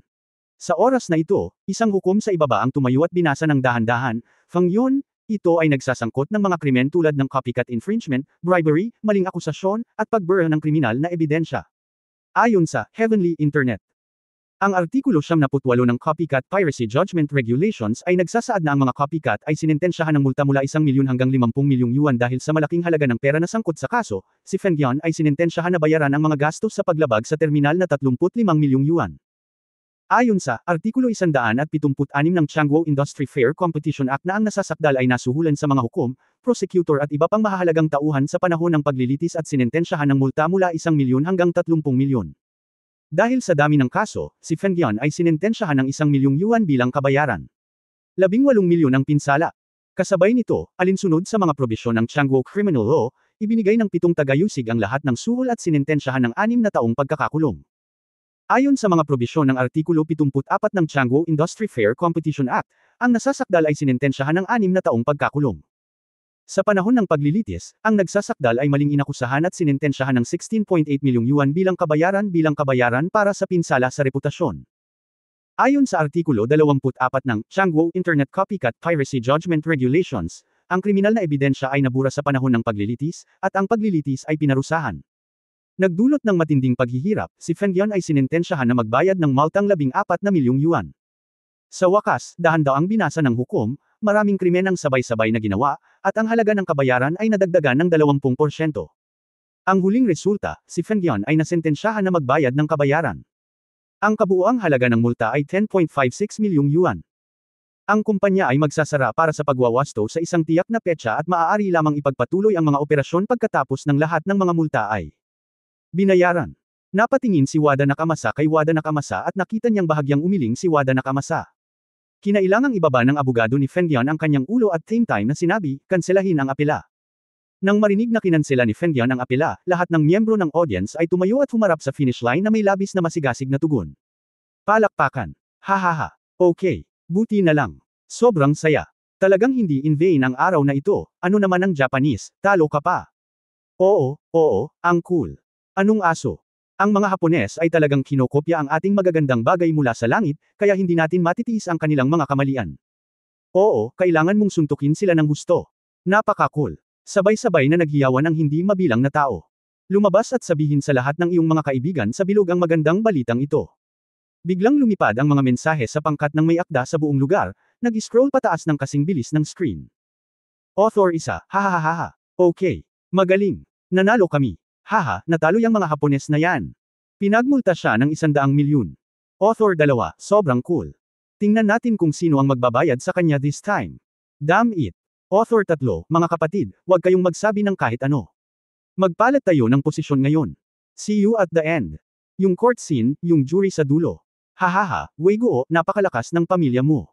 Tumawa ng malakas si Mutay at niyakap ng mahigpit ang mga balikat ni Hong Weigyu. Sa pagkakataong ito, direktang sinintensyahan sila ng kabayarang 100 milyon. Ang susi ay ang pagsuspine ng negosyo para sa pagwawasto. Oo. Tumawa din si Liu Yawei, amin ang kukuha sa kanilang mga may akda at kanilang mga mambabasa. Kami lang ang may-ari ng nobela. Kami lang ang may kliyenteng nagbabasa ng mobile phone, ha. Ang ganda talaga ng performance ni Dali. Itong batang si Dali. 2 beses na bamulong si Hong Weigyu, at biglang pinunasan ang kanyang mukha, ang brat na ito ay nagparamdam sa akin ng labis na pagkabalisa. Pag-uwi ko, sasampalin ko siya. Hindi. Napakaraming bagay ang itinago mo sa akin. Ito ay hindi mabata. Sa oras na ito, isang tao sa harap na hanay ang tumalikod at pinagtawanan siya, paano mo siya matatalo? Ang iyong Dali ay labis na nagmamahal sa iyo, at ikaw ay napakatanga. Kung maaari mo siyang sampilan, kukunin ko ang iyong apelyido bilang Hong mula ngayon. Haha. Matapos marinig ang biro ng lalaking nasa harapan, namula at tumawa si Hong Weigyu, iyon ang sinabi ko. Hindi naman siya galit na galit, haha. Tingnan mo ang ngiti mo, abot tenga mo na. Hinampos ni Mutay sa balikat si Hong Weigyu, Old Hong, huwag ka nang magdadagdag, bilasan mo at dagdagan pa. Sakupin natin ang negosyo ni Fengyan. Nabawasan ng gusto ang kanilang sigla sa pagkakataong ito. Kung hindi natin samantalahin ang pagkakataong sakupin ang kanilang mga channel, magdurusa tayo ng malaking kawalan. Hindi natin dapat palampasin ang magandang pagkakataong ito. Alam ko, hindi natin dapat palampasin ito. Ang lahat ay walang kabuluhang nagdiriwang ng tagumpay. Si Masawa Tanaka sa karamihan ay bamulong sa intercom, nabigo ang misyon, maaari mong isaalang-alang ang pag-address. Pagkasabi noon ay inayos niya ang kanyang damit, pumikit, at hindi pinansin ang nangyayari sa eksena. Dynasty Hotel, Presidential Suite No. 4. Tito Ma, nabigo kami. Nabigo talaga kami. Si Wu Benguang ay sabik na umikot pabalik-balik sa silid, na nag-aalalang nagtatanong habang ginagawa niya ito, mayroon bang anumang paraan upang malunasan ito? Bakit ganito? Malapit na nating mapanalunan ang huling tagumpay, ngunit natalo natin ang lahat ng ganito. Paano ito magiging ganito? Paano ito magiging ganito? Minamaliit ko pa rin ang impluwensya ng pabor sa langit. Dahan-daang umiling sina Sir Aishi at Ma, sa ating Japanese Empire, normal lang na ma-kick out ang isang empleyado pagkatapos ng pagiging walang silbi. Hindi ko inaasahan na magkakaroon ito ng ganoong kalaking epekto sa Kingdom of Heaven. Anyway, ngayong dumating na ang usapin sa ganito, kailangang gumawa ng desisyon. Desisyon? Anong desisyon? Malungkot na sinabi ni Wu Benguang, Tito Hema, hinihiling mo ba sa akin na itapon na lang si Feng Yun? Ngunit kung itatapon natin siya, hindi ba ang plano nating kabkuban si Change? Ang isang malakas na lalaki ay pinutol ang kanyang palso. Pumikit si Sir Aishi Kazuma at dahan-daang sinabi, bilang isang superior, kung wala kang lakas ng loob na putulin ang iyong palso, huwag kalimutan, bagamat nag-invest na tayo ng maraming pera, hindi pa rin natin ito magagawa. Kung ikukumpara sa mga sumunod na nangyari, hindi ito isang malaking bagay. Isang salita ng pagkakamali ang mawawala sa iyo ang lahat. Ang kailangan nating gawin ngayon ay hindi palawakin ang saklaw. Tio Ma, ibig mong sabihin. Matapos marinig ang mga salita ni Sir Aishi Kazuma, biglang nagliwanag ang mga mata ni Go Bangwang, oo. Mayroon pa kaming mga laro, at mayroon kaming iba pang mga negosyo. Kung matatalo si Feng Yan sa pagkakataong ito, mayroon pa tayong iba pang mga lugar na dapat paunlarin. Tio Ma, ano ang dapat kong gawin ngayon? Mayroong dalawang bagay na kailangan mong gawin ngayon, mahinahong sabi ni Nabaishi at Ma. Una, ganap na isuko si Feng Yun at itapon ang lahat ng impluwensya ng bagay na ito. Magkusa na umami ng pagkatalo, at itigil ang pagsusugal kasama si Hong Dali sa hinaharap. Ito. Natigilan si Wu Benguang matapos marinig ito, Uncle Hima, gusto mo akong magkusa na hamanin si Hong Dali, ang alibughang anak na iyon. Sumuko ka na. End of this chapter. Pahingi naman ng like, share at subscribe mo na rin para updated ka sa susunod na kabanata. Salamat.